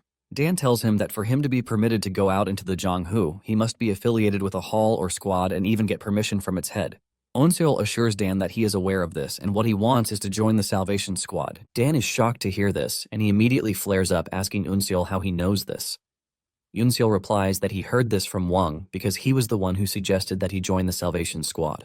Apparently they are the squad that deals with assassinations, kidnappings, and even the theft of important resources. Apparently they carry out missions that the Demon Palace doesn't officially recognize, and Wang is convinced that it will be a good opportunity for him to get what he wants. Yunseol also realizes that it would be easier for him to get info on the killer if he joins the squad. Since they are given dangerous missions that pose dangers to their lives, Yunseol is convinced that this would force him to grow stronger if he joins them. Dan yells at Yunseol, saying he can't approve his request, but Yunseol lets him know that he is aware of what the squad does. Basically, the moment he joins them, his identity will be erased, and he will have to risk his life for every mission. Dan confirms this, saying the squad deals with all kinds of dirty work for the Demon Palace, and to join them, one would have to erase both their affiliation and name, which means he won't be able to receive help from anyone. Dan tells Yunseol that this squad is meant for only those who are trying to pay off their crimes or need a lot of money. Dan then asks Yunseol if he is really sure about what he is asking, and Yunseol confirms this, saying he would like to become stronger, fast. Yunseol tells Dan that if the path to power is the Salvation Squad, he is ready to do what is necessary. He reminds Dan that the 10 Demon Masters are merely tools to get rid of the orthodox martial masters, so it is basically just following what he was recruited for. Dan agrees with him, telling him that most of the demonic sects would use their 10 Demon Masters however they need in order to achieve their own goals.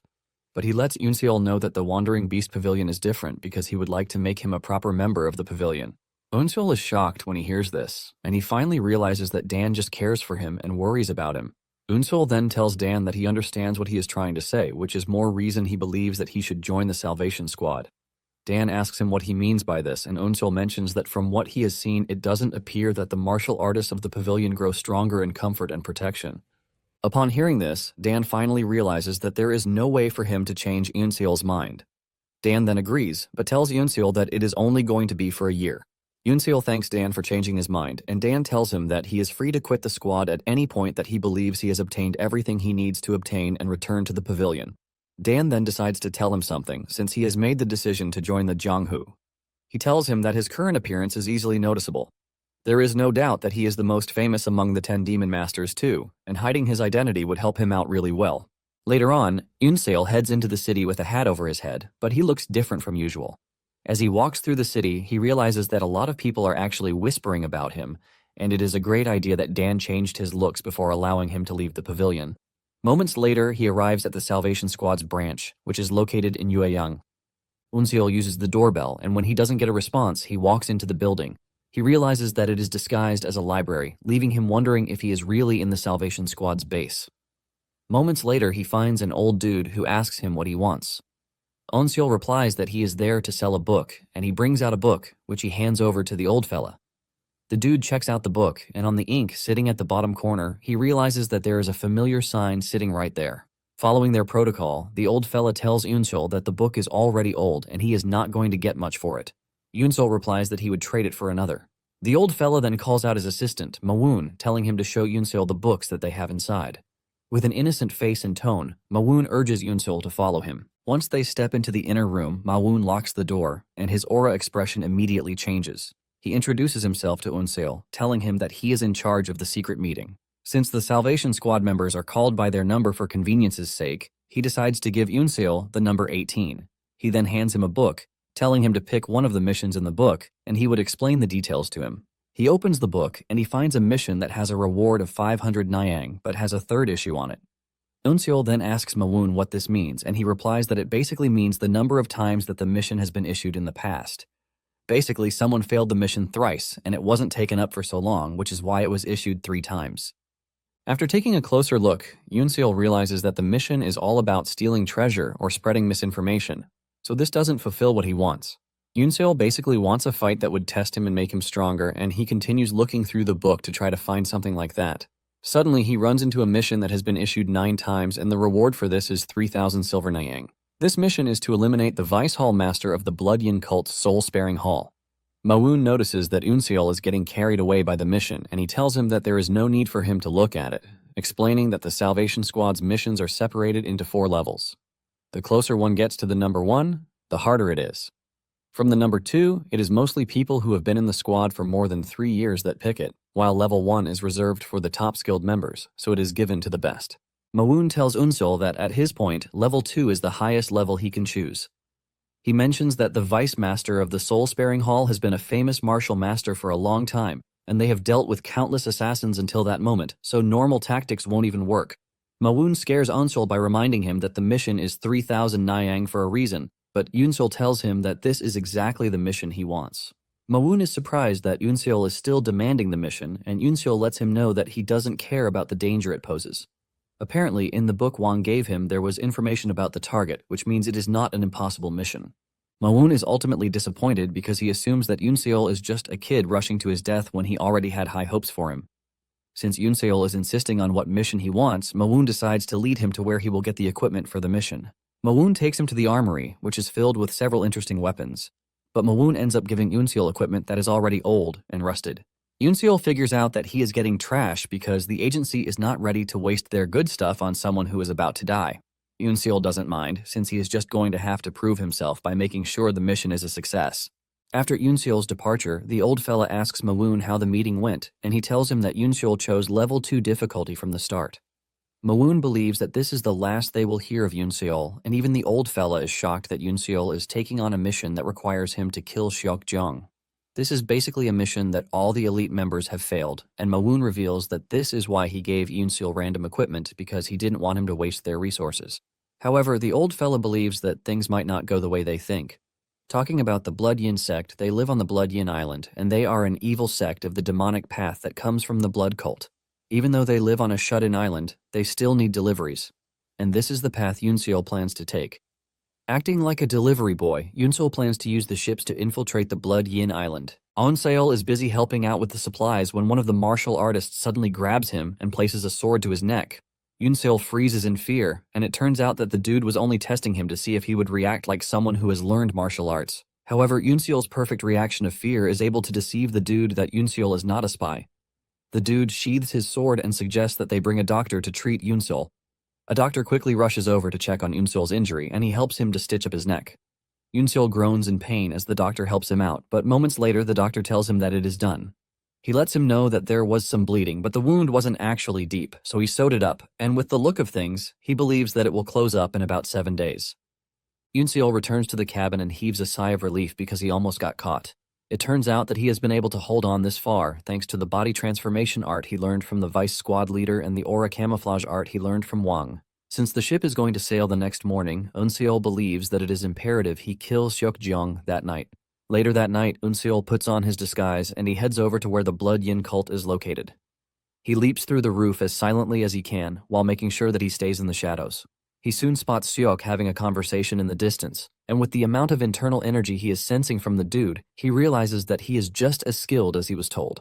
However, he finds it strange that the dude is freely emitting his internal energy as if he has not been targeted 9 times in the past.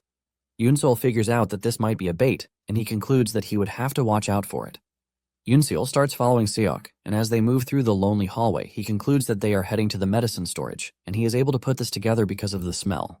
Since the medicine storage is underground, it is soundproof. Yoon-seol concludes that this is going to be the best place for him to kill Seok. Yoon-seol continues tracking the dude, and at some point it appears that Seok caught his scent, but he quickly hides behind a wall. Seeing that there is no reaction from Seok, Eunseol assumes that he is safe. Seok enters the storage room and Eunseol follows him without hesitation. Seeing how vulnerable Seok is because he turned his back on him, Eunseol decides to end everything in one attack. He is about to make his move when he steps on one of the floor tiles and it activates a trap.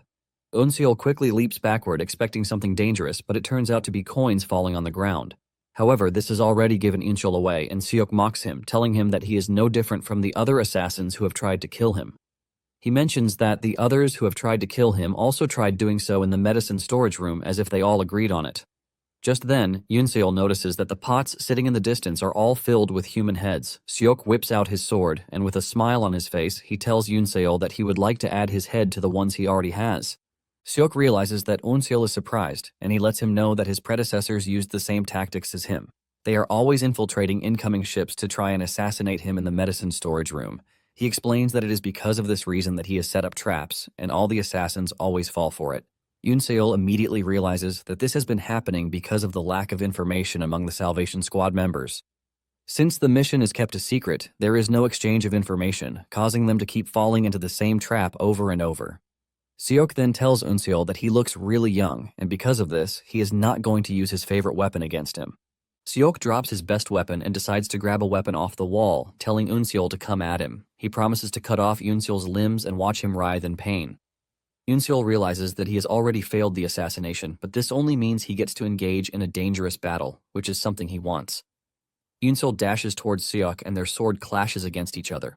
At the moment, Seok notices something, forcing him to push Eunseol backwards while commending him, telling him that his internal energy is pretty impressive. Seok adds that the sword techniques Eunseol is using are not those of regular assassins, which makes him an interesting fellow to deal with.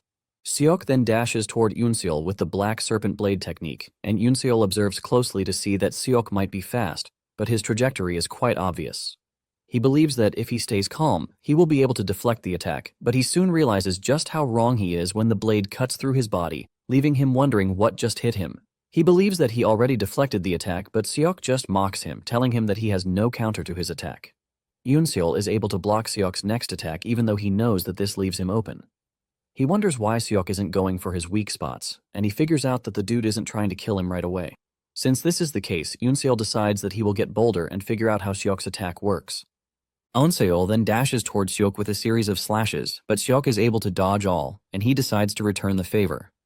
Fortunately for Eunseol, he is able to dodge the attack, but he is left stunned as to how Seok's attack trajectory was able to change in a flash.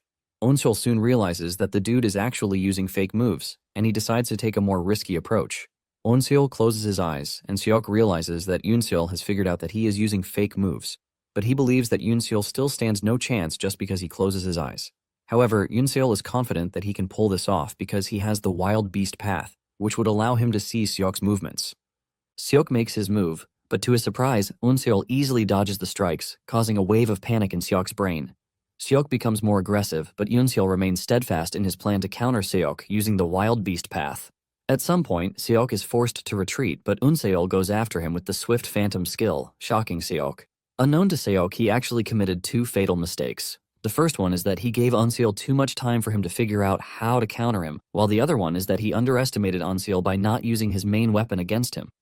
Seok watches in horror as Eunseol's strike breaks his sword into two, forcing him to frantically throw Eunseol away with an energy blast to prevent him from landing the final strike.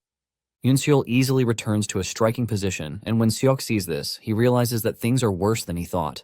Seok figures out that he has to call the other guard standing outside, but before he can blow his whistle, Eunseol pushes his sword into his chest, ultimately ending his life. As he dies, Seok cannot believe that he actually lost to a mere assassin, and as Eunseol stands over his dead body, he realizes that it is forbidden for a martial master to let their guard down for anyone. Later on, the old fella at the library is chilling when Mawoon rushes into the room to tell him that Seok is dead, ultimately shocking him to his bones. From the report they are getting, they learn that it wasn't an assassination style, but a dual-type death, and even the blade he was using was destroyed mid-battle. The library keeper is surprised to hear this, since they know Seok has been using the blade for 10 years, leaving them to start asking who is able to defeat him.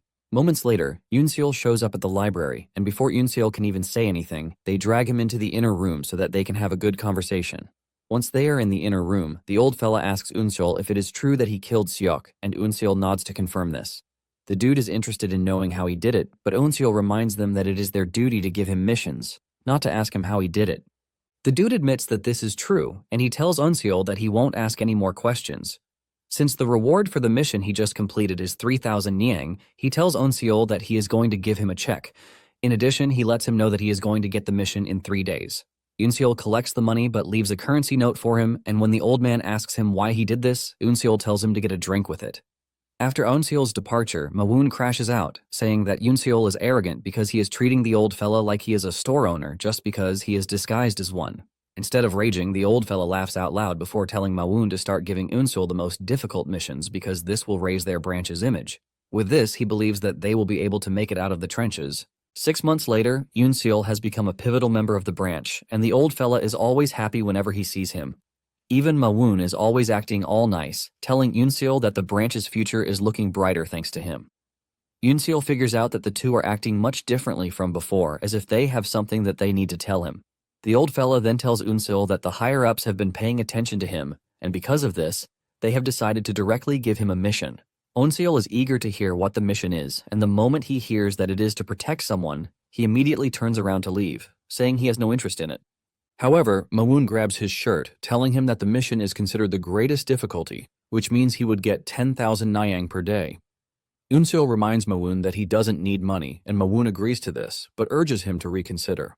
The library keeper also reminds Unseol that the mission is directly from the higher-ups, and if he turns it down, the branch might be closed down. Deep down, the dude is just begging for Unseol to take the mission.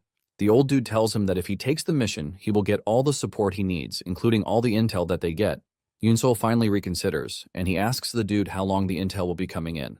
He replies that it is going to stay indefinitely, and this makes Unseol finally take the mission, but he lets them know that it is just this once. After Unseol is gone, Mawoon screams at his boss, asking him if he has gone crazy for promising to give Unseol all the intel that he needs when they are not some personal intelligence organization. The old man tells Mawoon to shut his mouth, letting him know that once the mission is complete, they might actually get the chance to return to the Demon Palace. Mawoon is shocked to hear this, and he asks the old man if he thinks this is actually possible. The old man then tells Mawoon that he might not be able to tell him the details yet, but he has to know that the target of the mission is a very important figure. Later on, Unseol reports to what appears to be an expensive restaurant where he meets the target. He introduces himself as number 18, and he informs the target that he is there for the guard mission. The target appears to be a lady, but the old man sitting with her doesn't look too happy with the whole arrangement. He mentions that they have already said many times that they don't need a guard. The target ignores the old man's ranting and introduces herself to Unseol as So-ok. She also introduces the old man, who is considered her uncle, Woo Moonhwang. Unseol takes a closer look at the two and concludes that they are really rich because they are in an expensive restaurant, and Woo also appears to be a martial artist. Woo trashes Unseol, telling him that he won't get to do anything as long as he is there to protect So. He yells at Unseol, telling him not to get in So's way during her tour. Unseol can feel the pressure from the old man, but before things escalate, So cuts in, telling her uncle that he is not supposed to be rude to someone who is there to help them. So then asks Unseol if he is fine, and Unseol replies that Woo is obviously skilled enough not to need him. So then mentions that her uncle already quit his activities in the Jianghu long ago, and this is why the Demon Palace is concerned. Woo, on the other hand, doesn't think there is anything to be worried about. Unseol finally realizes why he was needed for the guard mission. Woo has stopped being a martial artist long ago, which means his instincts in detecting danger must have dulled, especially in an area that is foreign to him. Unseol figures out that it is his role to make sure that no problem occurs. So then asks Unseol why he is named number 18, and he reveals that this is a title that they get so that they can remain anonymous in the Salvation Squad. With a smile on her face, she concludes that she would also be calling Unseol Mr. 18. After this, So asks him if he has a fake face because he wants to remain anonymous. Unseol is totally shocked when he hears this because no one has ever noticed until that very moment. So then reveals that she has better eyesight than most people, and she could see that his facial muscles moved a bit unnaturally. The moment Unseol hears this, he figures out that So is no ordinary lady, which means she might actually be more important than he expected. So is still talking about how they plan to go on a boat tour once they are done eating, when Unseol cuts in, saying something is definitely off. He mentions that the people in the restaurant have been repeating the same conversation over and over again, which basically means one thing. Without a doubt, Unseol believes that everyone in the building is an assassin out there to take So out of the equation. However, Unseol is thankful that they are sitting in the corner, so there is no way the assassins would get to them from behind. Unseol is planning out his strategy when Woo cuts in, telling Unseol to stay out of the whole thing because he doesn't need him. Woo confidently tells Yoon-seol that he is going to show him why he is enough to become her guard. Yoon-seol is about to stop him when Woo dashes to the front to get the attention of everyone in the room. The assassins are shocked when they realize that Woo has figured out who they are. Nonetheless, they decide to attack him all at once.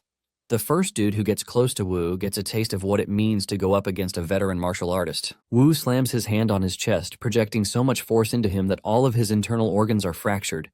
The dude dies on the spot, while those behind him get knocked to the ground. Yoon-seol can't believe that Woo is able to do this much damage just from the force coming out of his palm. Yoon-seol then admits that the dude is more skilled than he thought. The leader of the assassin squad screams at his subordinates, telling them to rush at Woo because there are only 3 of them there. They follow his orders and rush at Woo, but this turns out to be a futile attempt as Woo smashes his palm into the ground to release a massive force, throwing them off their balance. Once they are in a vulnerable position, Woo goes after them, taking them down one after the other. Suddenly, a blade comes flying towards So's location, but Yoon-seol is there to protect her. He deflects the attack and he tells So to stay within 3 steps of his range. So acknowledges this, and before they know it, more assassins leap toward their position, but Yoon-seol remains steadfast. Moments later, Woo clears out the assassins he is engaging, and he confidently walks back to where So is to ask her if she is fine. So says she is fine, which is all thanks to Yoon-seol. Woo retorts, saying Yoon-seol didn't do anything, so she doesn't need to praise him.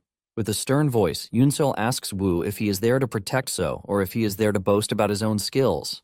This pisses Woo off, and he tells Yoon-seol that he is an arrogant kid who doesn't have the right to talk to him. Just then, Woo looks around, and he realizes that Yoon-seol actually took down the assassins who got close to So. He finally admits that Yoon-seol might actually be useful, and he reluctantly commends him. He then suggests that they return to the inn, but Yoon-seol advises against this, telling them that the assassins might have positioned themselves there already. Yoon-seol lets him know that this same thing might happen in the inn, so it is better that they hide until they know who is behind the attack. However, Woo argues against this, telling Yoon-seol that the assassins are mere flies who pose 0 threat to him. Yoon-seol admits that the assassins are no threat to him, but he reminds him that they are there to protect So. Woo argues that this doesn't change anything because he only let down his guard for a moment, which won't happen again. Yoon-seol then suggests that they disguise themselves at least, but Woo still refuses, saying there is no need to be scared. Yoon-seol immediately figures out that Woo is not the type to be convinced, and he concludes that he is just going to go with what he says in the meantime. However, Yoon-seol tells So to stay behind him the moment they enter the inn, because he is pretty sure that So is going to be in danger the moment they enter the inn. Nonetheless, he doesn't mind because he actually wants the battle. Moments later, they arrive at the inn, and upon opening the gate, Woo confidently strolls in. As they go through the walkway, Woo realizes that assassins are already lying in wait, and he lets off a big smile before going after them to take them out in an instant. After clearing out the assassin, he boastfully turns to Yoon-seol, reminding him that he already told him that there is going to be no problem. However, Yoon-seol tells him that the problem is not over just yet, and before Woo knows what is happening, a ton of assassins emerge out of nowhere. In no time, the trio is surrounded, and when Yoon-seol sees this, he realizes just how important So actually is.